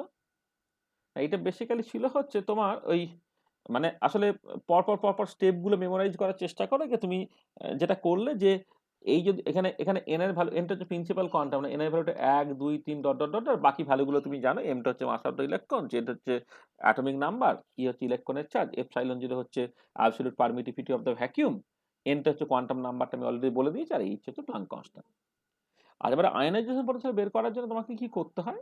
প্রথম যে কাজটাকে করতে হয়, দুটো লেভেল N1 এবং N2, এই দুটো লেভেলের মধ্যে এনার্জি গ্যাপটাকে ক্যালকুলেট করতে হয়, যেখানে N2টা গ্রেটার দ্যান N1। আর এবারে আয়নাইজেশন পোটেনশিয়াল যখন হবে, তখন কি হবে, যে পরমাণু সর্ববহিস্থ কক্ষে সবচেয়ে আলগাভাবে ইলেকট্রনটাকে তোমাকে জাস্ট ইনফিনিটিতে পাঠিয়ে দিতে হবে। তখন যেটা তুমি কি করলে, N1টাকে N লিখলে আর N2টাকে ইনফিনিটি বললে, তো সেইখান থেকে হচ্ছে তুমি আয়নাইজেশন পোটেনশিয়ালটাকে বের করে ফেলতে পারছো। আচ্ছা, এবারে এই হাইড্রোজেনের জন্য আয়নাইজেশন পোটেনশিয়াল 13.6 ইলেকট্রন ভোল্ট, সেইখান থেকে তুমি জাস্ট এইভাবে বলতে পারো যে এনার্জিটা অ্যাকচুয়ালি তোমার দাঁড়িয়ে যায় হচ্ছে 13.6 ইলেকট্রন ভোল্ট, তার সঙ্গে সঙ্গে তোমার ওই Z square by N square এই টার্মটা কাছে অ্যাডিশনালি রয়ে যাবে। মানে মানে আয়নাইজেশন এটা হচ্ছে ইলেকট্রন ভোল্ট ইউনিটে আর কি, ইলেকট্রন ভোল্ট ইউনিটে কিন্তু হাইড্রোজেনের জন্য আয়নাইজেশন পোটেনশিয়াল যখন ক্যালকুলেট করবে সেটা বেরোবে কত, মানে মানে ionisation potential for hydrogen atom তার এক্সপ্রেশনটা বেরোয় m e⁴ 8 epsilon 0 square H square. এইটা কারণ হাইড্রোজেনের যে ফার্স্ট আয়নাইজেশন পোটেনশিয়াল সেখানে n = 1 থেকে তোমার বেসিক্যালি ইনফিনিটিতে পাঠাতে হবে। তোমার ফোনে কানেক্টেড মনে হচ্ছে।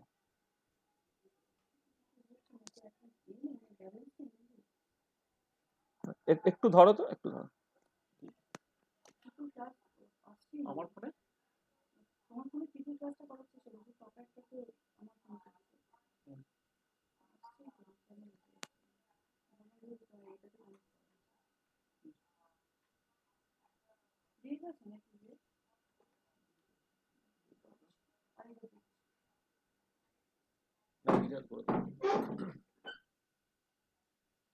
হ্যাঁ হ্যালো, হ্যাঁ আচ্ছা দেখো তাহলে হাইড্রোজেনের ionisation potential m e⁴ 8 epsilon 0 square H square হয়। আর তাহলে এইটা তাহলে সরি আমি এখানে এটা এই লেখাটা ভুল হলো, তাহলে এখানে এটা লিখছি না। তাহলে হাইড্রোজেনের আয়নাইজেশন পোটেনশিয়াল যদি এটা হয় তাহলে এই যে এনার্জিটাকে, সেই এনার্জিটাকে তুমি চাইলে এইরকম ভাবে লিখতে পারো আর কি, মানে আয়নাইজেশন পোটেনশিয়াল অফ ইলেকট্রনের টার্মসে এইরকম ভাবে লিখতে পারো। তাহলে টাকে তুমি চাইলে কিন্তু এইরকম ভাবে লিখতে পারছো। এই লাইনটা কি বোঝা গেল?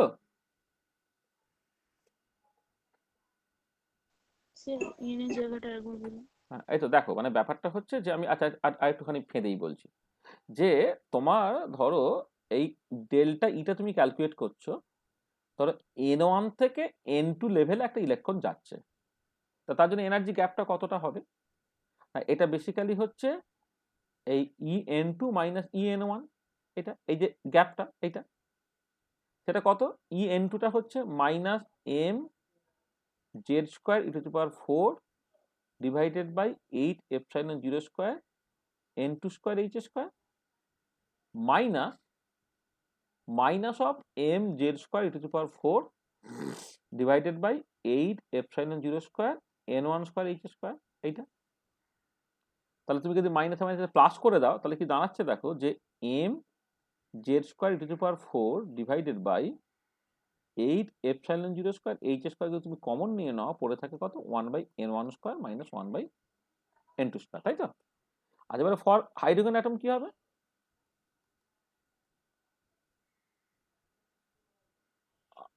আচ্ছা তার আগে বলে নি, ঠিক আছে এইটা হলো।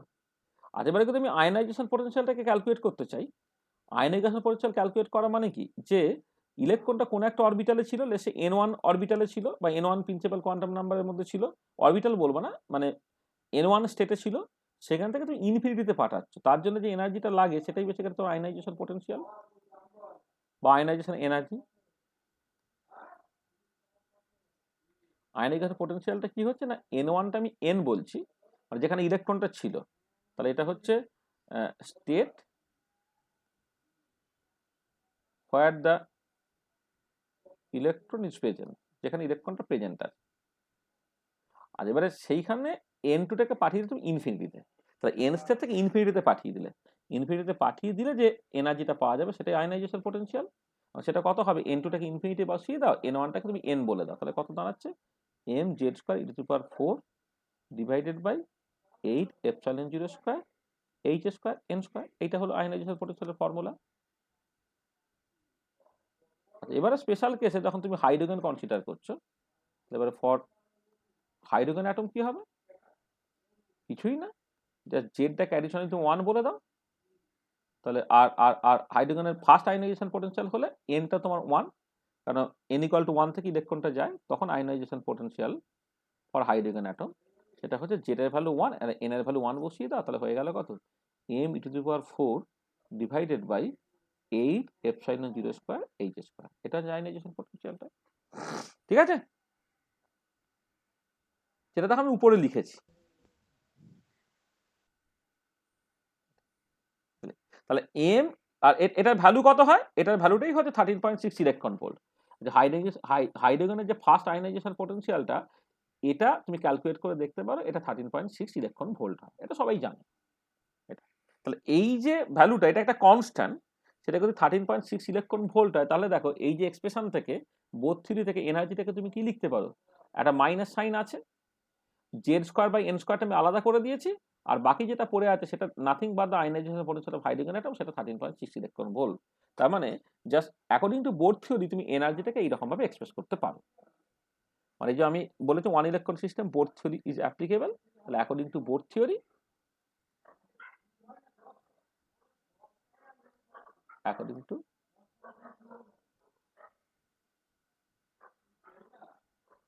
বোর থিওরি এনার্জি এক্সপ্রেশনটা এইরকম ভাবে লিখতে পারো। দেখো এখন পরিষ্কার? হ্যাঁ স্যার। ঠিক আছে, কোনো অসুবিধা হলে বলবে। বোর থিওরি অনুযায়ী এনার্জিটা হচ্ছে এইটা। আর এটা কার জন্য সত্যি, এটা সত্যি কিন্তু ফর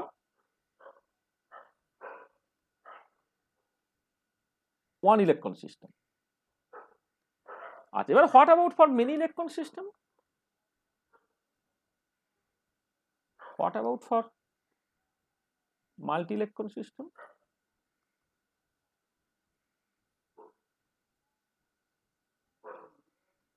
মাল্টি ইলেকট্রন সিস্টেমের ক্ষেত্রে ব্যাপারটা কি? আচ্ছা দেখো, মাল্টি ইলেকট্রনিক সিস্টেমের ক্ষেত্রে এনার্জি এক্সপ্রেশন এটা হবেই না, অন্য কিছু একটা বেরোবে। কারণ তোমার যখন বোর থিওরি তুমি অ্যাপ্লাই করেছো, সেইখানে জাস্ট বাইরের ইলেকট্রনের সঙ্গে নিউক্লিয়াসের জাস্ট অ্যাট্রাকশনটাই তুমি কনসিডার করেছো, সেখানে ইলেকট্রনের রিপালশন থাকতে পারে এগুলো তুমি ভাবোইনি আর কি। সেই জন্য যে এনার্জি এক্সপ্রেশনটা আমি এখানে লিখেছি, সেই এনার্জি এক্সপ্রেশনটা কিন্তু এখানে ভ্যালিড হবে না। আচ্ছা, এবারে যেটা হচ্ছে যে এফেক্টিভ নিউক্লিয়ার চার্জ, তার জন্য তার একটা ইউটিলিটি হচ্ছে এই যে তোমার যদি তুমি জেডটাকে জাস্ট সিম্পলি জেড এফেক্টিভ দিয়ে রিপ্লেস করে দাও, তাহলে কিন্তু তুমি ইভেন বোর থিওরিটাকে অ্যাপ্লাই করতে পারবে ফর মেনি ইলেকট্রন বা মাল্টি ইলেকট্রন সিস্টেম।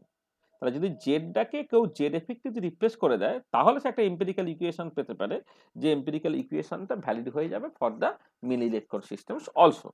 ঠিক আছে, তাহলে যেটা করা হচ্ছে সেটা হচ্ছে এই যে যে কনসেপ্ট অফ এফেক্টিভ, আচ্ছা whatever multi electron system, তাহলে এক কথায় উত্তর হচ্ছে, মানে প্রথম কথা হচ্ছে Bohr theory is not applicable,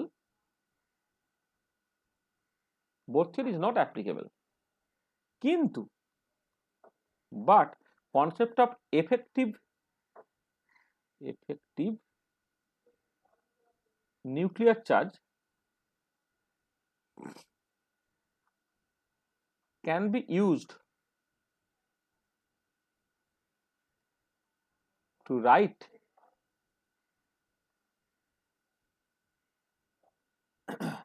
can be used, আচ্ছা এবার লিখি,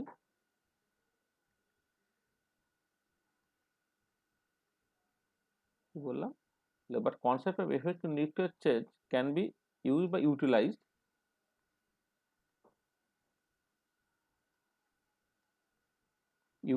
such that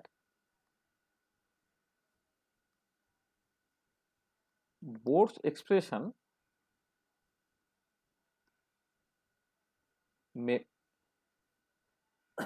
may be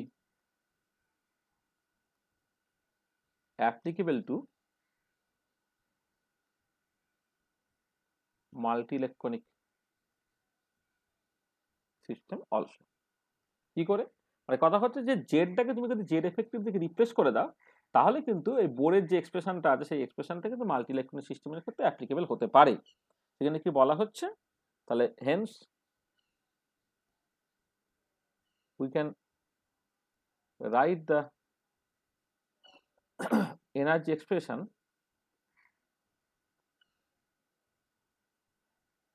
for many electron system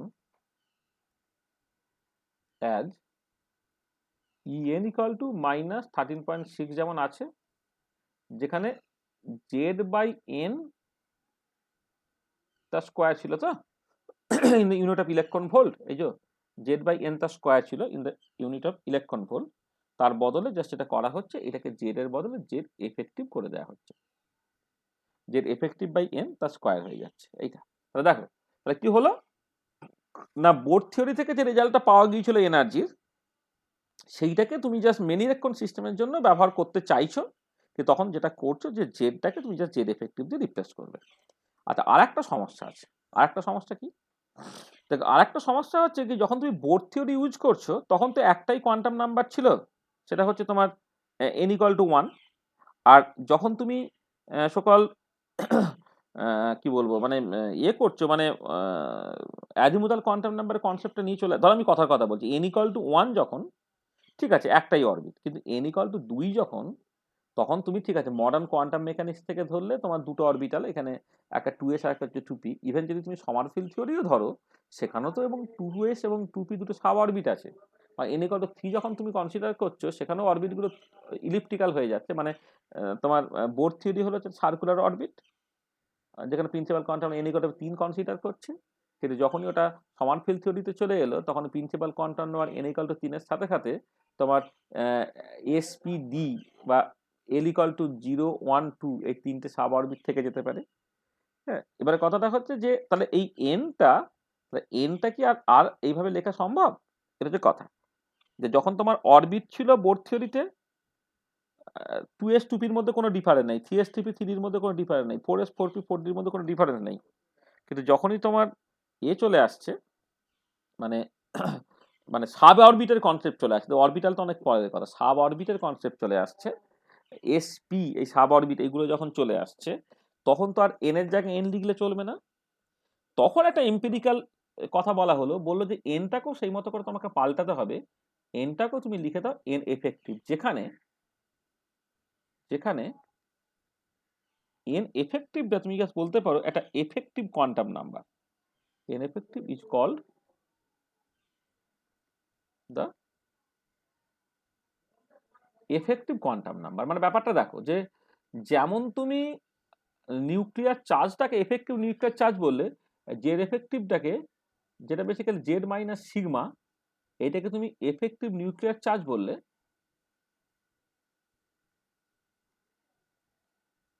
ঠিক একই রকম করে তোমার এনটার জায়গায় কিন্তু জাস্ট বিয়ার এনটাকে ইউজ করলে কিন্তু উত্তরগুলো মিলবে না, তোমাকে প্রিন্সিপাল কোয়ান্টাম নাম্বার এনটাকেও সুইটেবলি চেঞ্জ করতে হবে, এবং সেই যে মডিফায়ার যে এনটা সেটাকে বলা হচ্ছে তোমার এফেক্টিভ কোয়ান্টাম নাম্বার। এবং সেই এফেক্টিভ কোয়ান্টাম নাম্বারের ভ্যালুটা দেখো, যদি এন এর ভ্যালু আমি বলে দিই তাহলে তার করসপন্ডিং এন এফেক্টিভটা সেটা তোমার একটা মোটামুটিভাবে ফিক্স করা হয়েছে, মানে এম্পেরিক্যালি ফিক্স করা হয়েছে, তাহলে এন এর ভ্যালু 1 হলে এন এফেক্টিভটা একই ধরে দিলে রেজাল্টগুলো মিলে যায়, এন এর ভ্যালু 2 ধরলে এটাও তোমার করসপন্ডিং 2 তুমি ধরতে পারো, মানে এন এফেক্টিভটা 1.0 বা 2.0 তুমি ধরলে, এন ইকুয়াল টু 3 যখন, তখনও মোটামুটিভাবে ম্যানেজ হয়ে যায় দেখা যায় 3.0 পর্যন্ত, কিন্তু গন্ডগোলটা হয় তার পর থেকে, যখন তোমার 4 হয়ে যাচ্ছে তখন কিন্তু এফেক্টিভলি এটা 4 ধরলে হচ্ছে না, এটা 3.7, মানে যখন ডি অরবিটাল আসতে আরম্ভ করছে আর কি, তখন থেকে গন্ডগোলটা মেনলি শুরু, যখন n ইকুয়াল টু যেটা principal quantum number, true principal quantum number n যদি 4 হয়, তাহলে এফেক্টিভ যে কোয়ান্টাম নাম্বারটা, এফেক্টিভ প্রিন্সিপাল কোয়ান্টাম নাম্বার যেটা, সেটা হয়ে যায় 3.7, বা এটা যখন 5 হয় তখন সেটা 4 ধরতে হয়, এটা যখন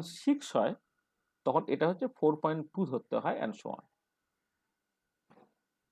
এইগুলো সব এমপিরিক্যালি ফিক্স করা হয়েছে, তাহলে এই যে জায়গাগুলো সেটা যে এমপিরিক্যালি ফিক্স করা হয়েছে, যে তোমার কোন একটা গিভেন প্রিন্সিপাল কোয়ান্টাম নাম্বারের জন্য তোমার যে মানে যদি তুমি, আমি যেটা কথা আমি আবার বলছি, যেটা কথা সেটা হচ্ছে এই যে তোমার যদি ইন্টেনশনটা এরকম হয় যে তুমি বোর থিওরিটাকে অ্যাপ্লাই করবে even for a many electron system, যেটা অ্যাকচুয়ালি করা যায় না, কিন্তু তুমি জোর করে করবেই মনে করো, তখন তোমাকে যেটা করতে হবে জেডটাকে জেড এফেক্টিভ দিয়ে রিপ্লেস করতে হবে, এবং এনটাকে কিন্তু এন এফেক্টিভ দিয়ে রিপ্লেস করতে হবে। This is very very important, সেটা না করলে কিন্তু তোমার কোনো রকম ভাবে জিনিসগুলো মিলবে না। তাহলে দেখো এই মডিফাইড একটা ইকুয়েশন তুমি পেলে, মডিফাইড একটা কি বলবো এনার্জি এক্সপ্রেশনটা তুমি পেলে, যেটা -13.6 into Z effective by N effective the square এইরকম, এবং এটা অবশ্যই in the unit of electron volt. এটা কিন্তু এই যে এইটা যেহেতু আমি ইলেকট্রন ভোল্টে লিখেছি, তাই এটা কিন্তু in the unit of electron volt. দেখো যা বললাম এখন পর্যন্ত পরিষ্কার?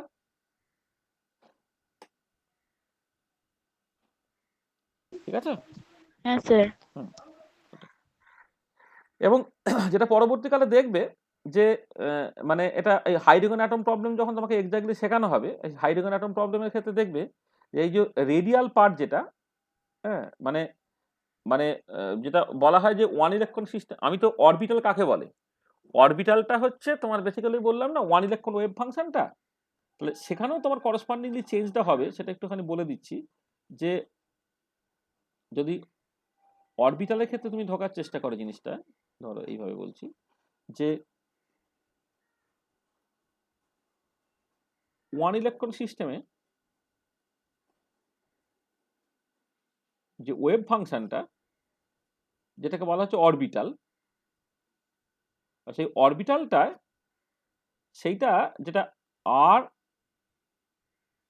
আর থিটা ফাই এর ফাংশন এবং কোয়ান্টাম নাম্বার অনুযায়ী হচ্ছে এন এল এবং এম এল এর ফাংশন, তার মধ্যে না একটা রেডিয়াল পার্ট থাকে যেটা এন এবং এল এর উপর ডিপেন্ড করে, আর একটা অ্যাঙ্গুলার পার্ট থাকে যেটা এল এবং এম এল এর উপর ডিপেন্ড করে, যেটা থিটা ফাই এর উপর ডিপেন্ডেন্ট। মানে একটা অ্যাঙ্গুলার পার্ট থাকে, একটা রেডিয়াল পার্ট থাকে। আচ্ছা, বলা হচ্ছে যখন মেনি ইলেকট্রন সিস্টেমে যাব আমি, অ্যাঙ্গুলার পার্টটা অ্যাজিভ যেন একই থাকছে এটা ধরে নেওয়া হয়। তাই এটা কথা হচ্ছে যে যখন আমি ওয়ান ইলেকট্রন সিস্টেমের থেকে মেনি ইলেকট্রন সিস্টেমে যাব, ওয়ান ইলেকট্রন সিস্টেম থেকে যখন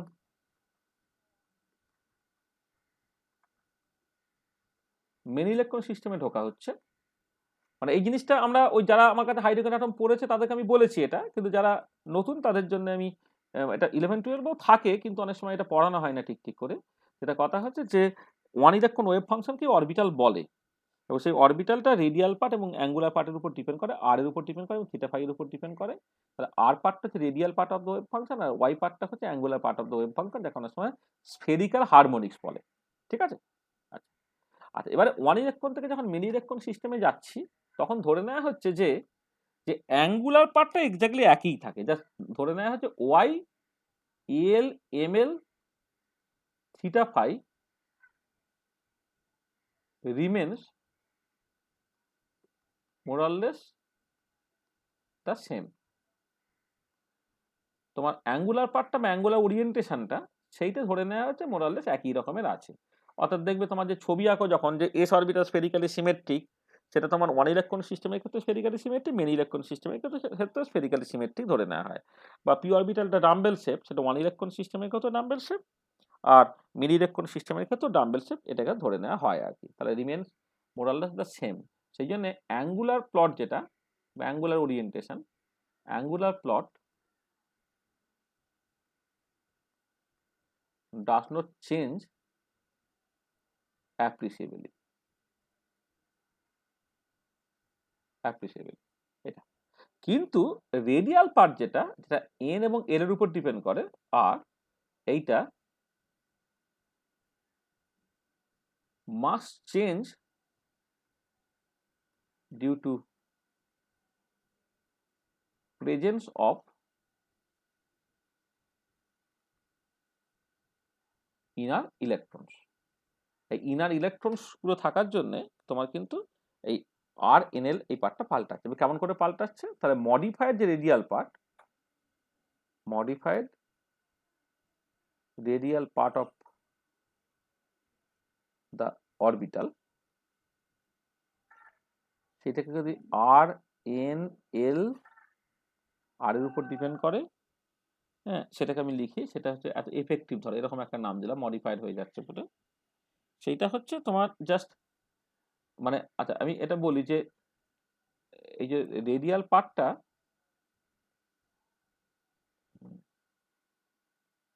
মানে রেডিয়াল পার্টটা এমনি কেমন হয় বলে দিই একটুখানি। মানে আর এনএলটা এমনি কেমন দেখতে হয় না, একটা নর্মালাইজেশন কনস্ট্যান্ট থাকে, হ্যাঁ এটা হচ্ছে নর্মালাইজেশন কনস্ট্যান্ট। আর একটা রেডিয়াল পার্ট থাকে, রেডিয়াল পার্টটা r⁻n−1 টাইপের দেখতে হয়। মানে তুমি কোন প্রিন্সিপাল কোয়ান্টাম নাম্বার আন্ডারে হচ্ছে আরটাকে ভাবছো, সেই মতো করে r⁻n−1 একটা পার্ট হয়। আর তার সঙ্গে একটা এক্সপোনেনশিয়ালি ডিকাইং পার্ট থাকে, সেইটা হচ্ছে e to the power minus Z r by n a zero, এরকম একটা টার্ম থাকে, হ্যাঁ, minus Z n by n a zero, এরকম একটা টার্ম থাকে। এ জিরো হচ্ছে বোর্ড রেডিয়াস, আর আরটা হচ্ছে ইলেকট্রনের দূরত্ব ফ্রম দ্য নিউক্লিয়াস, আর জেড তুমি বুঝতেই পারছো কি, আর এনটা হচ্ছে আমার প্রিন্সিপাল কোয়ান্টাম। এটা হচ্ছে নর্মালি হয়, এটা হচ্ছে তোমার যখন ওয়ান ইলেকট্রন সিস্টেম তখন রেডিয়াল পার্টটা এরকম দেখবে। আর এবারে যখন modified radial part of the orbital তুমি কনসিডার করছো, সেখানে এই এনটা আর জেডটা তোমার পাল্টে যাচ্ছে, জেডও পাল্টাবে আর এনটাও তোমার পাল্টাবে। তখন কি হবে, যেমন করে আমি এই যে এনার্জি ক্যালকুলেশন সময় জেডটা জেড এফেক্টিভ দিয়ে আর এনটা এন এফেক্টিভ দিয়ে রিপ্লেস করলাম, ঠিক একই রকমের সিচুয়েশন। নর্মালাইজেশন কনস্ট্যান্ট যেমন আছে একটা লিখলাম, আর টু দি পাওয়ার এই এন এফেক্টিভ মাইনাস ওয়ান হয়ে গেল, আর তার সঙ্গে e to the power minus Z effective r by N effective a zero, এইটা দাঁড়িয়ে গেল। তাহলে দেখো, তাহলে জাস্ট এন যেখানে আছে এনটাকে এন এফেক্টিভ দিয়ে রিপ্লেস করতে হচ্ছে, আর জেড যেখানে আছে সেটাকে জেড এফেক্টিভ দিয়ে তুমি রিপ্লেস করছো, ঠিক আছে। এবং ওই এন এবং এন এফেক্টিভের মধ্যে সম্পর্কটা এখানে আমি ট্যাবুলার ফর্মে তোমায় লিখে দিয়েছি এইটা, হ্যাঁ। তো সেটাকে তোমায় মাথায় রাখতে হবে। তাহলে ইলেকট্রন রিপালশনের জন্য তোমার কিন্তু খেয়াল রাখতে হবে যে ওয়ান ইলেকট্রন সিস্টেমের ক্ষেত্রে যে ছবি বা যে পিকচার সেইগুলো সবসময় ইনট্যাক্ট থাকবে সেরকম নয়। যেমন এনার্জি এক্সপ্রেশন পাল্টাচ্ছে, ঠিক একই রকম, মানে এটা পাল্টাবে, এটা তুমি অবশ্যই বুঝে গেলে। যেই জন্যই বোর থিওরি যে লিমিটেশনের মধ্যে একটা কথা বারবার বলা হয় যে বোর থিওরি যে applicable only for one electron system. যেমন ধরো hydrogen, lithium, helium plus, lithium 2 plus, হ্যাঁ, sodium 10 plus, uranium 9 to 1 plus, এগুলোর জন্যই কিন্তু শুধুমাত্র বোর থিওরি অ্যাপ্লিকেবল। কিন্তু তুমি যদি সরাসরি সোডিয়ামের জন্য এটাকে ইউজ করতে চাও, বা হিলিয়াম একটা 2 ইলেকট্রন সিস্টেম, তার জন্য তুমি যদি বোর থিওরি ইউজ করতে চাও, তাহলে তুমি সমস্যায় পড়বে, কারণ এখানে ইলেকট্রন রিপালশন আছে।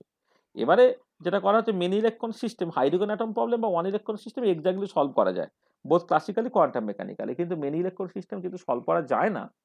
তো সলভ করা না গেলে তোমার সেখান থেকে যে অ্যাকচুয়ালি অরবিটালগুলো কেমন দেখতে হবে, এনার্জি কেমন দেখতে হবে, সেইগুলো এখন লোকে কোয়ান্টাম কেমিস্ট্রি বা কম্পিউটারের সাহায্য নিয়ে মোরালেস একই রেজাল্ট বের করছে। তখন লোকে কি করতো, ওই বোর্ড থিওরি থেকে যে রেজাল্টগুলোকে পাচ্ছে সেইগুলোর উপরে কিছু কারেকশন জুড়ে বা মডিফিকেশন জুড়ে দিয়ে ব্যাপারটাকে ম্যানেজ করার চেষ্টা করতো, ঠিক আছে।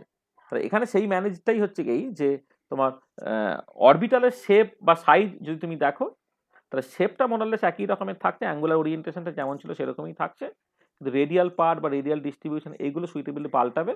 যেখানে জেড ছিল জেড এফেক্টিভ দিয়ে রিপ্লেস করে দাও, এন ছিল সেটাকে এন এফেক্টিভ দিয়ে রিপ্লেস করে দাও। আর এনার্জি এক্সপ্রেশন যা দিয়ে তুমি সবকিছু ক্যালকুলেট করতে পারো, মানে starting from Spectra, ionisation potential, electron affinity ইত্যাদি ইত্যাদি আর কি, সেইটা তোমার কিরকম ভাবে চেঞ্জ হচ্ছে সেটা আমি এই পার্টের মধ্যে বলেছি, ঠিক আছে, পরিষ্কার?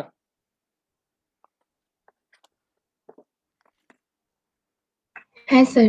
আচ্ছা আচ্ছা, এবারে দেখো এই যে কনসেপ্টটা বললাম, সেই কনসেপ্টটা আমি একটা ইউজ করি। তো এই কনসেপ্টের একটা অ্যাপ্লিকেশনস আমি দেখতে চাইছি। তাহলে একটা অ্যাপ্লিকেশনস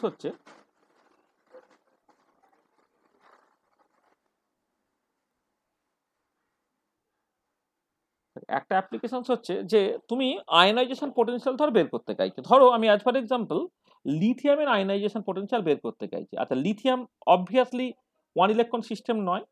তাহলে ধরো আমি চাইছি, মানে প্রবলেম যেটা চাইছি যে we want to calculate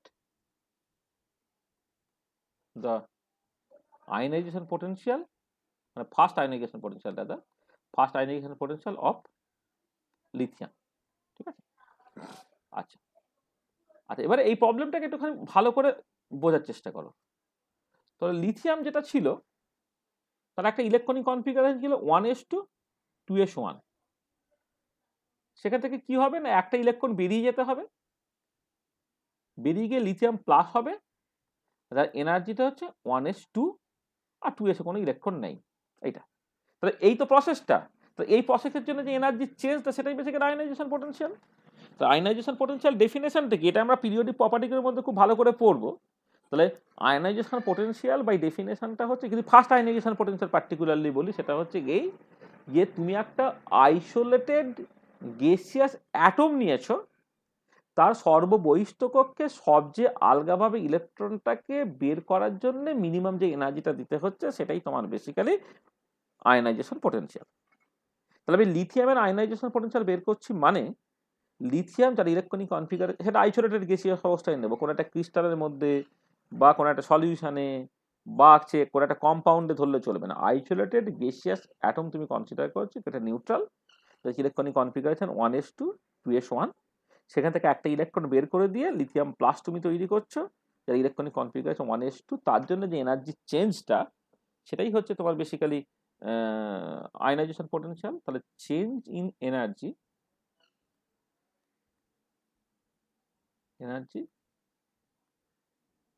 for this process equal to হচ্ছে first ionisation potential of lithium. আচ্ছা, ক্যালকুলেট করবে কি করে?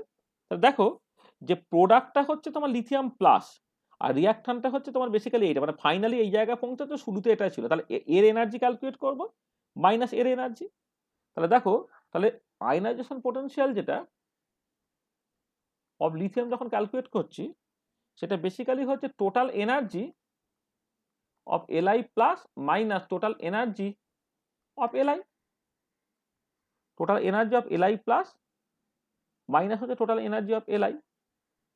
আর এবারে দেখো যে যখন তুমি Li প্লাসের ক্ষেত্রে তুমি দেখবে আমার এনার্জি এক্সপ্রেশনটা ছিল -13.6 Z effective by N effective তার স্কোয়ার, এটা কিন্তু ইলেকট্রন ভোল্টে, তাই তো?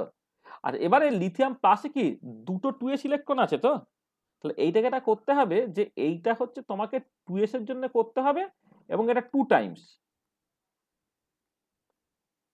মানে লিথিয়াম প্লাস যখন তুমি কনসিডার করছো, এখানে কি হচ্ছে 2s এ দুটো ইলেকট্রন আছে, তাহলে Z effective by N effective সেটা অবভিয়াসলি হচ্ছে সরি 1s এ, 2s বলছি, এটা 1s, এখানে হচ্ছে 1s এ তোমার দুটো ইলেকট্রন আছে, সেইটা। তাহলে দেখো যখন তুমি Z effective by N effective calculate করবে, ঠিক আছে, n = 1 n = 2 এর জন্য দুজনের ক্ষেত্রে এন এফেক্টিভটা সেই যা ছিল তাই রয়ে যেত। কিন্তু যেটা কথা হচ্ছে যে এই যে মানে আমি যেটা বলছি যে এন এফেক্টিভটা সেটা n = 1 2 3 4 ইত্যাদির জন্য আলাদা আলাদা। জেড এফেক্টিভটাও তোমার বেসিক্যালি ইলেকট্রনটা কোথায় আছে, 1s আছে 2s আছে, তার জন্য আলাদা আলাদা হতে পারে। সেই জন্য যখন আমি লিথিয়াম প্লাসের ক্ষেত্রে টোটাল এনার্জিটাকে ক্যালকুলেট করছি, সেটা হচ্ছে এই যে তার যে অরবিটাল এনার্জিটা -13.6 Z effective by N effective তার স্কোয়ার ছিল, জেড এফেক্টিভ এন এফেক্টিভ এগুলো ক্যালকুলেট করতে হবে 1s ইলেকট্রনের জন্য, এবং সেরকম ইলেকট্রন আছে দুটো, মাইনাস লিথিয়াম যখন কনসিডার করছি তখন হচ্ছে তোমার 1s এ দুটো ইলেকট্রন আছে এইটা, আর একটা হচ্ছে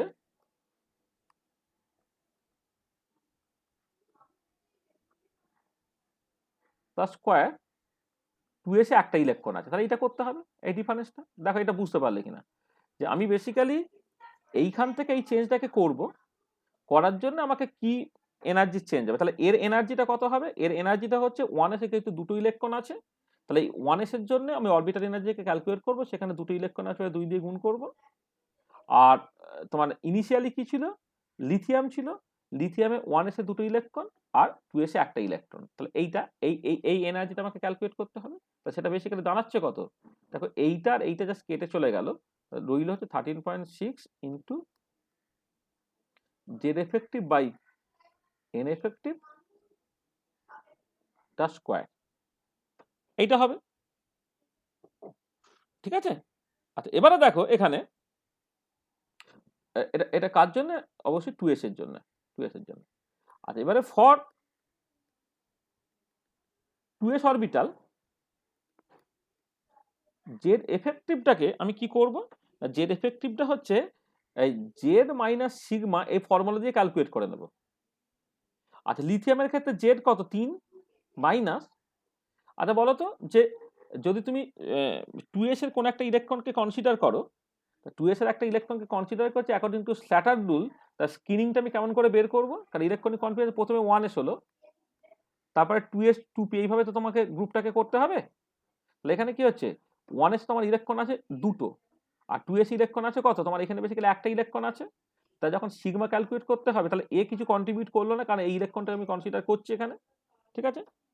মানে আমি যখন এটা কনসিডার করবো, মানে 2s এর ইলেকট্রনটা যখন আমি কনসিডার করছি 2s এর ইলেকট্রনের উপরে বেসিক্যালি কতখানি সিগমা, তাহলে 2s এর তো একটা ইলেকট্রন, তাহলে তাকে তো আমি ধরেই নিলাম, সেটা বাদ চলে গেল। বাদ চলে যাওয়ার পরে তার আগেটা যেটি এস ইলেকট্রন কন্ট্রিবিউট করবে কত 0.85 করে, এখন ইলেকট্রন কত আছে, দুটো আছে, তার মানে 1.70 হলো। তাহলে তোমাকে দেখো যেটা করতে হবে, জেড থেকে তোমাকে বিয়োগ করে দিতে হচ্ছে, জেড থেকে তোমাকে বিয়োগ করে দিচ্ছে 1.70, 1.70, 1.70 বিয়োগ করলে 1.30, সেটা হচ্ছে জেড এফেক্টিভ। আর এন এফেক্টিভটা কত, তাহলে যেহেতু এন ইকুয়াল টু এখানে 2, দেখো আমি আগের টেবিলে বিভিন্ন এন এর জন্য এন এফেক্টিভের ভ্যালু বের করে দিয়েছি। এন ইকুয়াল টু 2 হলে এখানে এন এফেক্টিভ 2 তোমাকে ধরতে হবে। তো এন এফেক্টিভটা তুমি জাস্ট 2 ধরলে এটা। তাহলে এবারে কি হচ্ছে, তাহলে ionisation potential, first ionisation potential for lithium সেটা দাঁড়িয়ে যাচ্ছে 13.6 ইন্টু জেড এফেক্টিভ 1.30 বাই 2 তার স্কোয়ার, এত ইলেকট্রন ভোল্ট, এবং এই ভ্যালুটা হয়ে যাচ্ছে তোমার, ক্যালকুলেশনটাকে করো, করে দেখো এটা কি দাঁড়াচ্ছে না 5.75 ইলেকট্রন ভোল্টের মতো দাঁড়াচ্ছে, 5.75 ইলেকট্রন ভোল্ট এরকম একটা দাঁড়াবে। ক্যালকুলেশনটাকে করে দেখো কত দাঁড়াচ্ছে এত ইলেকট্রন ভোল্ট। আচ্ছা, এবারে এইটা হচ্ছে তোমার থিওরিটিক্যালি ক্যালকুলেটেড ভ্যালু। আর এক্সপেরিমেন্টাল ভ্যালুটা কত, আয়নাইজেশন পোটেনশিয়াল অফ লিথিয়াম, তার যে এক্সপেরিমেন্টাল ভ্যালু,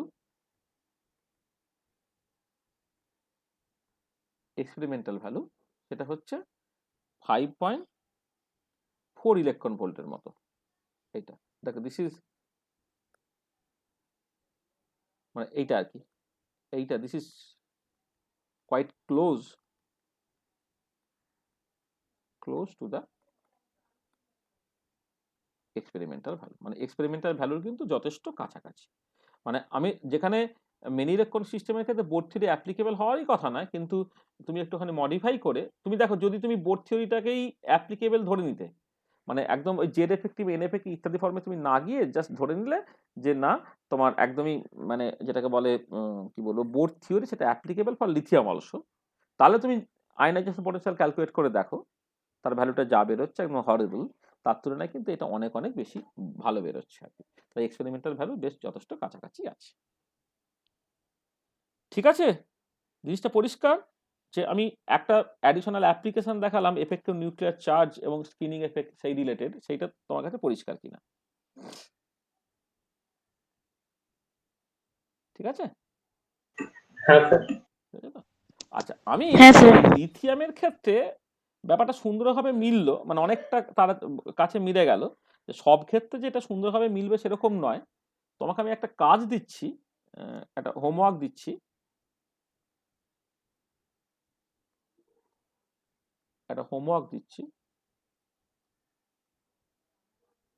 এটা বাড়িতে একটু কষবে। সেটা হচ্ছে calculate the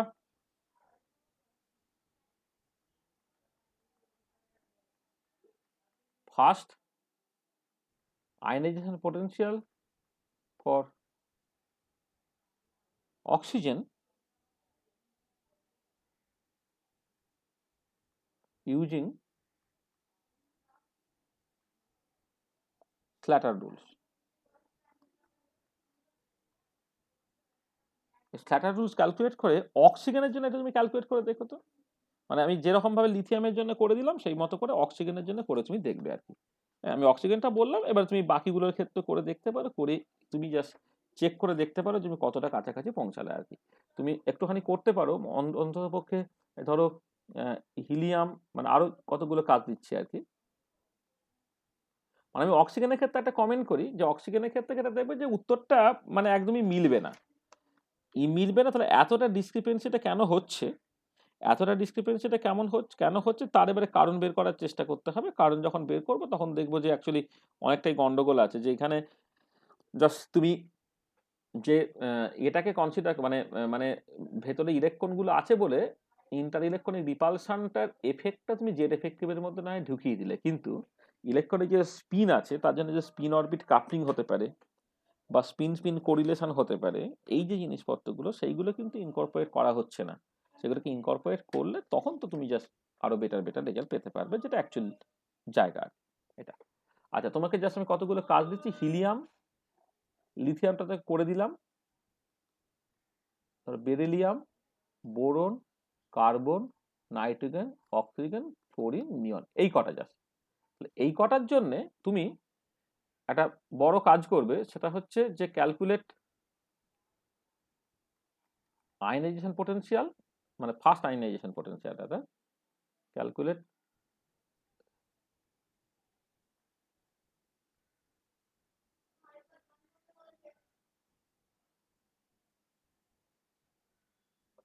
calculate first ionisation potential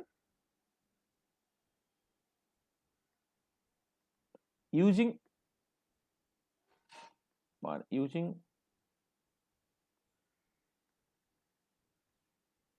মানে আমি বলছি কি ধরে নাও আর কি, অ্যাজিউমিং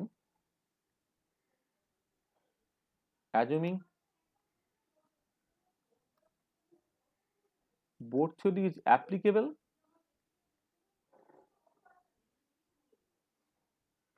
to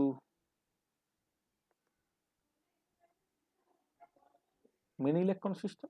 এটা তাহলে বোর থিওরিটি যে applicable to many electron system, সেটাকে ধরে নিয়ে তুমি ফার্স্ট আয়নাইজেশন পোটেনশিয়ালটাকে ক্যালকুলেট করো। মানে একদম ওই যে মানে জেড এফেক্টিভ, এল এফেক্টিভ ইত্যাদি কিছু ধরতে হবে না, একদম বোর থিওরিটা অ্যাজ ইট ইজ অ্যাপ্লিকেবল সেইটাকে ধরে নিয়ে তাদের ফার্স্ট আয়নাইজেশন পোটেনশিয়ালটাকে বের করো, এইটা। আচ্ছা, এবারে calculate the same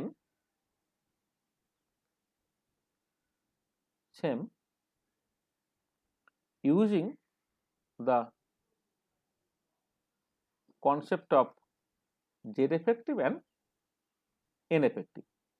Z effective and N effective ধরে নিয়ে, যেটা আমি এখানে করলাম, লিথিয়ামের ক্ষেত্রে করে দেখালাম, অক্সিজেনটাকে করতে দিলাম, সেটা তুমি করবে, ঠিক আছে?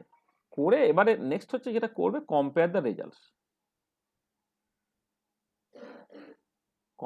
Results with the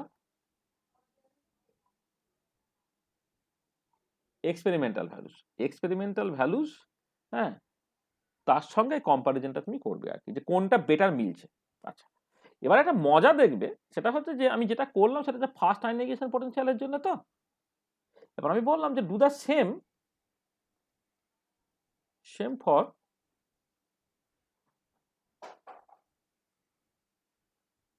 second ionisation potential. একই জিনিস তুমি করো for the second ionisation potential. আচ্ছা, তুমি বলো তো যে মানে ফার্স্ট আয়নাইজেশন পোটেনশিয়ালে আমি প্রথমে বোর থিওরিটাই বলি, যে বোর থিওরিটা জাস্ট তার জন্যে, বোর থিওরিটা তোমার এই নিউট্রাল অ্যাটমগুলোর ক্ষেত্রে অ্যাপ্লাই করে যে আয়নাইজেশন পোটেনশিয়ালের ভ্যালুটা পাবে, আর তাদের করসপন্ডিং মনোক্যাটায়ন তার উপরে ইউজ করছো। মানে সেকেন্ড আয়নাইজেশন পোটেনশিয়াল মানে কি, তোমার ধরো লিথিয়ামের ফার্স্ট আয়নাইজেশন পোটেনশিয়াল মানে লিথিয়াম থেকে লিথিয়াম প্লাসে গেলে, আর লিথিয়াম প্লাস থেকে লিথিয়াম 2 প্লাসে যাওয়া মানে হচ্ছে সেকেন্ড আয়নাইজেশন পোটেনশিয়াল। তাহলে সেম ক্যালকুলেশনগুলো তুমি just do the same calculation for second ionisation potential, ঠিক আছে? করার পরে লাস্ট আমি বলছি কমেন্ট অন দ্য রেজাল্ট। তাহলে বলো, তোমরা জাস্ট একটু বলো তো যে যদি ফার্স্টের তুলনায় সেকেন্ড আয়নাইজেশন পোটেনশিয়ালটা ক্যালকুলেট করি ইউজিং বোর থিওরি, তাহলে রেজাল্টটা এক্সপেরিমেন্টাল ভ্যালুর কাছে যাবে না আরো খারাপ হয়ে যাবে, বলো তো আইডিয়া করে। কমে যাবে তো। না, কমে যাবে বলছি না, আমি যেটা বলতে চাইছি যে তোমার একটা এক্সপেরিমেন্টাল ভ্যালু আছে। তবে আমি কথার কথা বলছি, হিলিয়ামের জন্য তুমি ধরলে হিলিয়াম অ্যাটম যেটা 2 ইলেকট্রন সিস্টেম, তার ক্ষেত্রে বোর থিওরি অ্যাপ্লিকেবল, সেইটাকে ধরে নিয়ে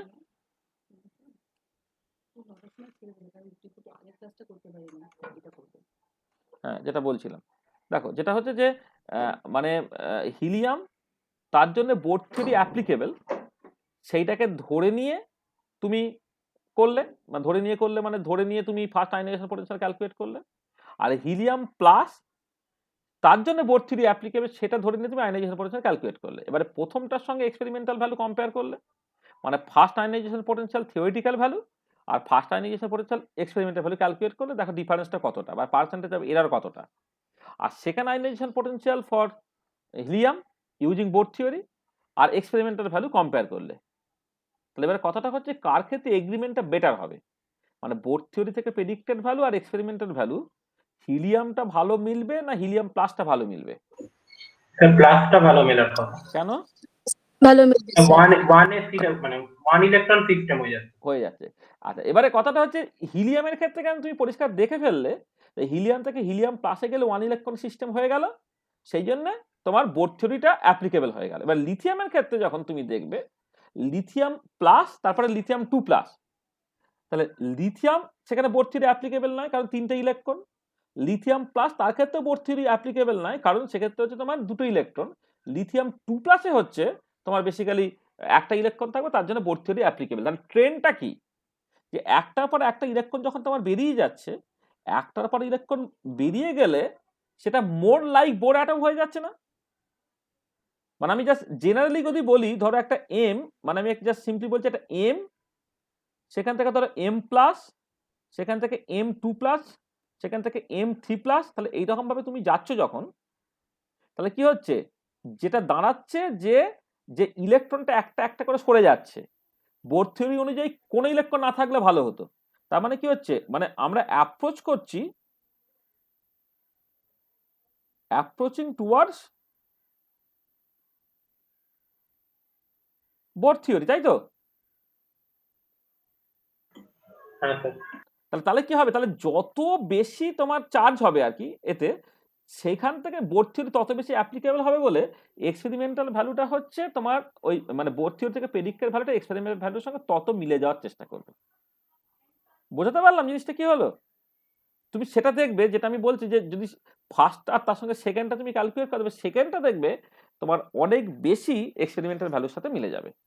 এবং পরেরটাও তাই, যখন তুমি ওই মডিফাইড যে বোর থিওরি, যেখানে Z effective N effective use করো, তার ক্ষেত্রেও তুমি দেখবে যে যত তোমার মানে কি বলবো, মানে চার্জের পরিমাণটা, পজিটিভ চার্জের পরিমাণটা যত কত তোমার বাড়বে, তত কিন্তু এক্সপেরিমেন্টাল ভ্যালুর সাথে এটা মেলার চেষ্টা করবে।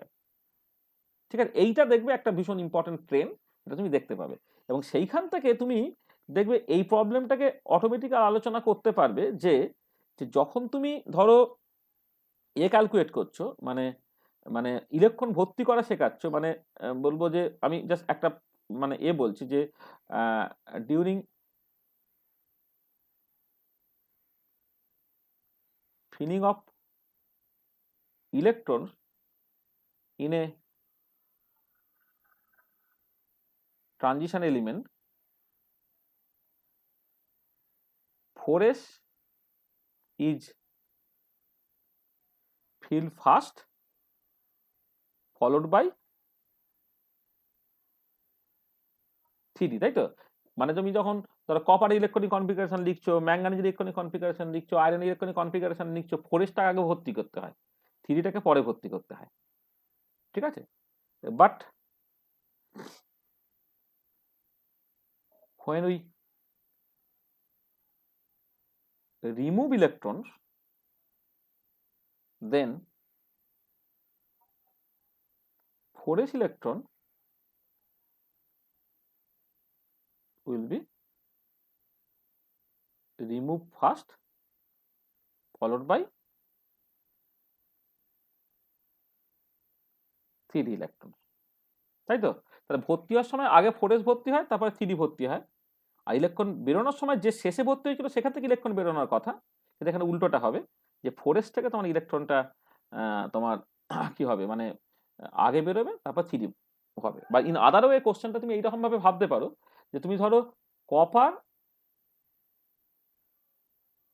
কপার থেকে এইভাবে বলি, কপারটা না হয় এটা তো ফিল্ড আপ হয়ে যাবে, তো তোমার একটু অসুবিধা হবে। ধরো আমি কথা বলছি যে ধরো তোমার ম্যাঙ্গানিজ আর Mn2 প্লাস, বা আয়রন 2 প্লাস, তবে আয়রন 3 প্লাস, তাহলে এদের ইলেকট্রনিক কনফিগারেশন, মানে প্রবলেমটাকে এইরকম ভাবে তুমি ভাবতে পারো, write the electronic configuration, write the ground state electronic configuration, electronic configuration of. তাহলে ম্যাঙ্গানিজ ইলেকট্রনিক কনফিগারেশন লেখো, ম্যাঙ্গানিজ 2 প্লাস ইলেকট্রনিক কনফিগারেশন লেখো। তাহলে ম্যাঙ্গানিজ ইলেকট্রনিক কনফিগারেশন 4sটাকে ভর্তি করে তারপর 3d ইলেকট্রন ভর্তি করতে হবে। কিন্তু ম্যাঙ্গানিজ 2 প্লাস যখন তুমি করবে তখন 4s আগে ভর্তি করা যাবে না, 3d আগে ভর্তি করতে হবে। কারণটা কি? কারণটা হচ্ছে যখন তুমি এই যে ক্যাটায়ন তুমি কনসিডার করছো, তখন সেটা মোর বোর্ড লাইক হয়ে গেছে। মোর বোর্ড লাইক হয়ে গেলে এন এর উপরে শুধুমাত্র এনার্জিটা নির্ভর করবে, সেই জন্য এনটা আগে, এন যার কম সেটা আগে ভর্তি হবে, তারপরে হচ্ছে এন যার বেশি সেটা ভর্তি হবে। এইটা একটা পার্ট। আচ্ছা, আর একটা প্রবলেম তোমাকে মানে মানে হোমওয়ার্ক দিচ্ছি। আচ্ছা, যেমন করে আমি এই মডিফাইড বোর থিওরি থেকে তোমার আয়নাইজেশন পোটেনশিয়াল বের করলাম, তখন ইলেকট্রন অ্যাফিনিটি তুমি একই রকম ভাবে বের করবে। ক্যালকুলেট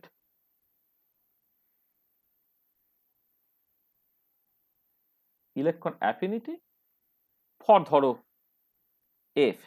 তাহলে এর ক্ষেত্রে কি হবে, ইলেকট্রন অ্যাফিনিটি যখন তুমি ক্যালকুলেট করবে তখন দেখো প্রসেসটা কি, প্রসেসটা হচ্ছে এফ, সে বেসিক্যালি একটা ইলেকট্রন অ্যাকসেপ্ট করে এফ মাইনাস তৈরি করবে, তো এই প্রসেসটা। তাহলে তোমাকে যেটা করতে হবে, টোটাল এনার্জি ক্যালকুলেট করতে হবে for F minus minus energy calculate করতে হবে তোমার এফ এর জন্য। এইটা তাহলে ফাইনাল প্রোডাক্টটা এফ মাইনাস আর ইনিশিয়ালি তোমার এফ, তাহলে এফ মাইনাস থেকে এফ তার এনার্জি ডিফারেন্সটা ক্যালকুলেট করতে হবে। এবার ক্যালকুলেট করার সময় অবভিয়াসলি এই এনার্জি এক্সপ্রেশনটা তুমি ইউজ করবে, এই যে -13.6 Z effective by N effective the square, এই ফর্মুলাটাকে ইউজ করবে। তাহলে এই কাজটা তোমাকে আমি করতে দিলাম, এটা হোমওয়ার্ক হিসেবে দিলাম।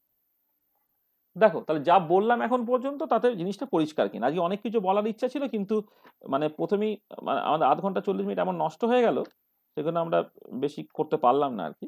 হ্যাঁ, তোমরা একটু আমি আমি হোয়াটসঅ্যাপে নয় কথাবার্তা বলছি, আসলে আমাকে কম্পিউটারটা ছাড়তে হবে। হ্যাঁ, তোমরা ওই আমি চাইছি দু একটা ক্লাস এই সপ্তাহের মধ্যে একটু নিয়ে নিতে। মানে এই ক্লাসটা যেমন ইনকমপ্লিট ক্লাস হলো, এই ক্লাসটা একটা নিতে চাইছি, আর আমি অ্যাটমিক স্ট্রাকচারটা সামনের সপ্তাহ থেকে শুরু করতে চাইছি আর কি, আরেকবারের জন্য। মানে particular other than Calcutta university, তাদের তো অ্যাটমিক স্ট্রাকচারটা এই সেমিস্টারই আছে, সেইটা প্রথমে পড়া উচিত আর কি, সেটা আস্তে আস্তে তো শুরু করতে চাইছি। সেই জন্য একটা ডেট লাগবে। আমি ওই সোমবার আগের দিন হঠাৎ করে বলেছিলাম, কিন্তু সেদিন তোমাদের তো সম্ভব হলো না। হ্যাঁ, সেটা বিভিন্ন স্যারের কাছে পড়া থাকে আর কি, সেটা আমরা একটুখানি কথা বলে নিচ্ছি, কথা বলে নিয়ে যে কবে কি করা যেতে পারে সেটা একটুখানি বলা হচ্ছে। মানে এখানে আমি এটাকে আমাকে কম্পিউটারটা ছাড়তে হবে আর কি, এখনই 9টা থেকে ক্লাস আছে।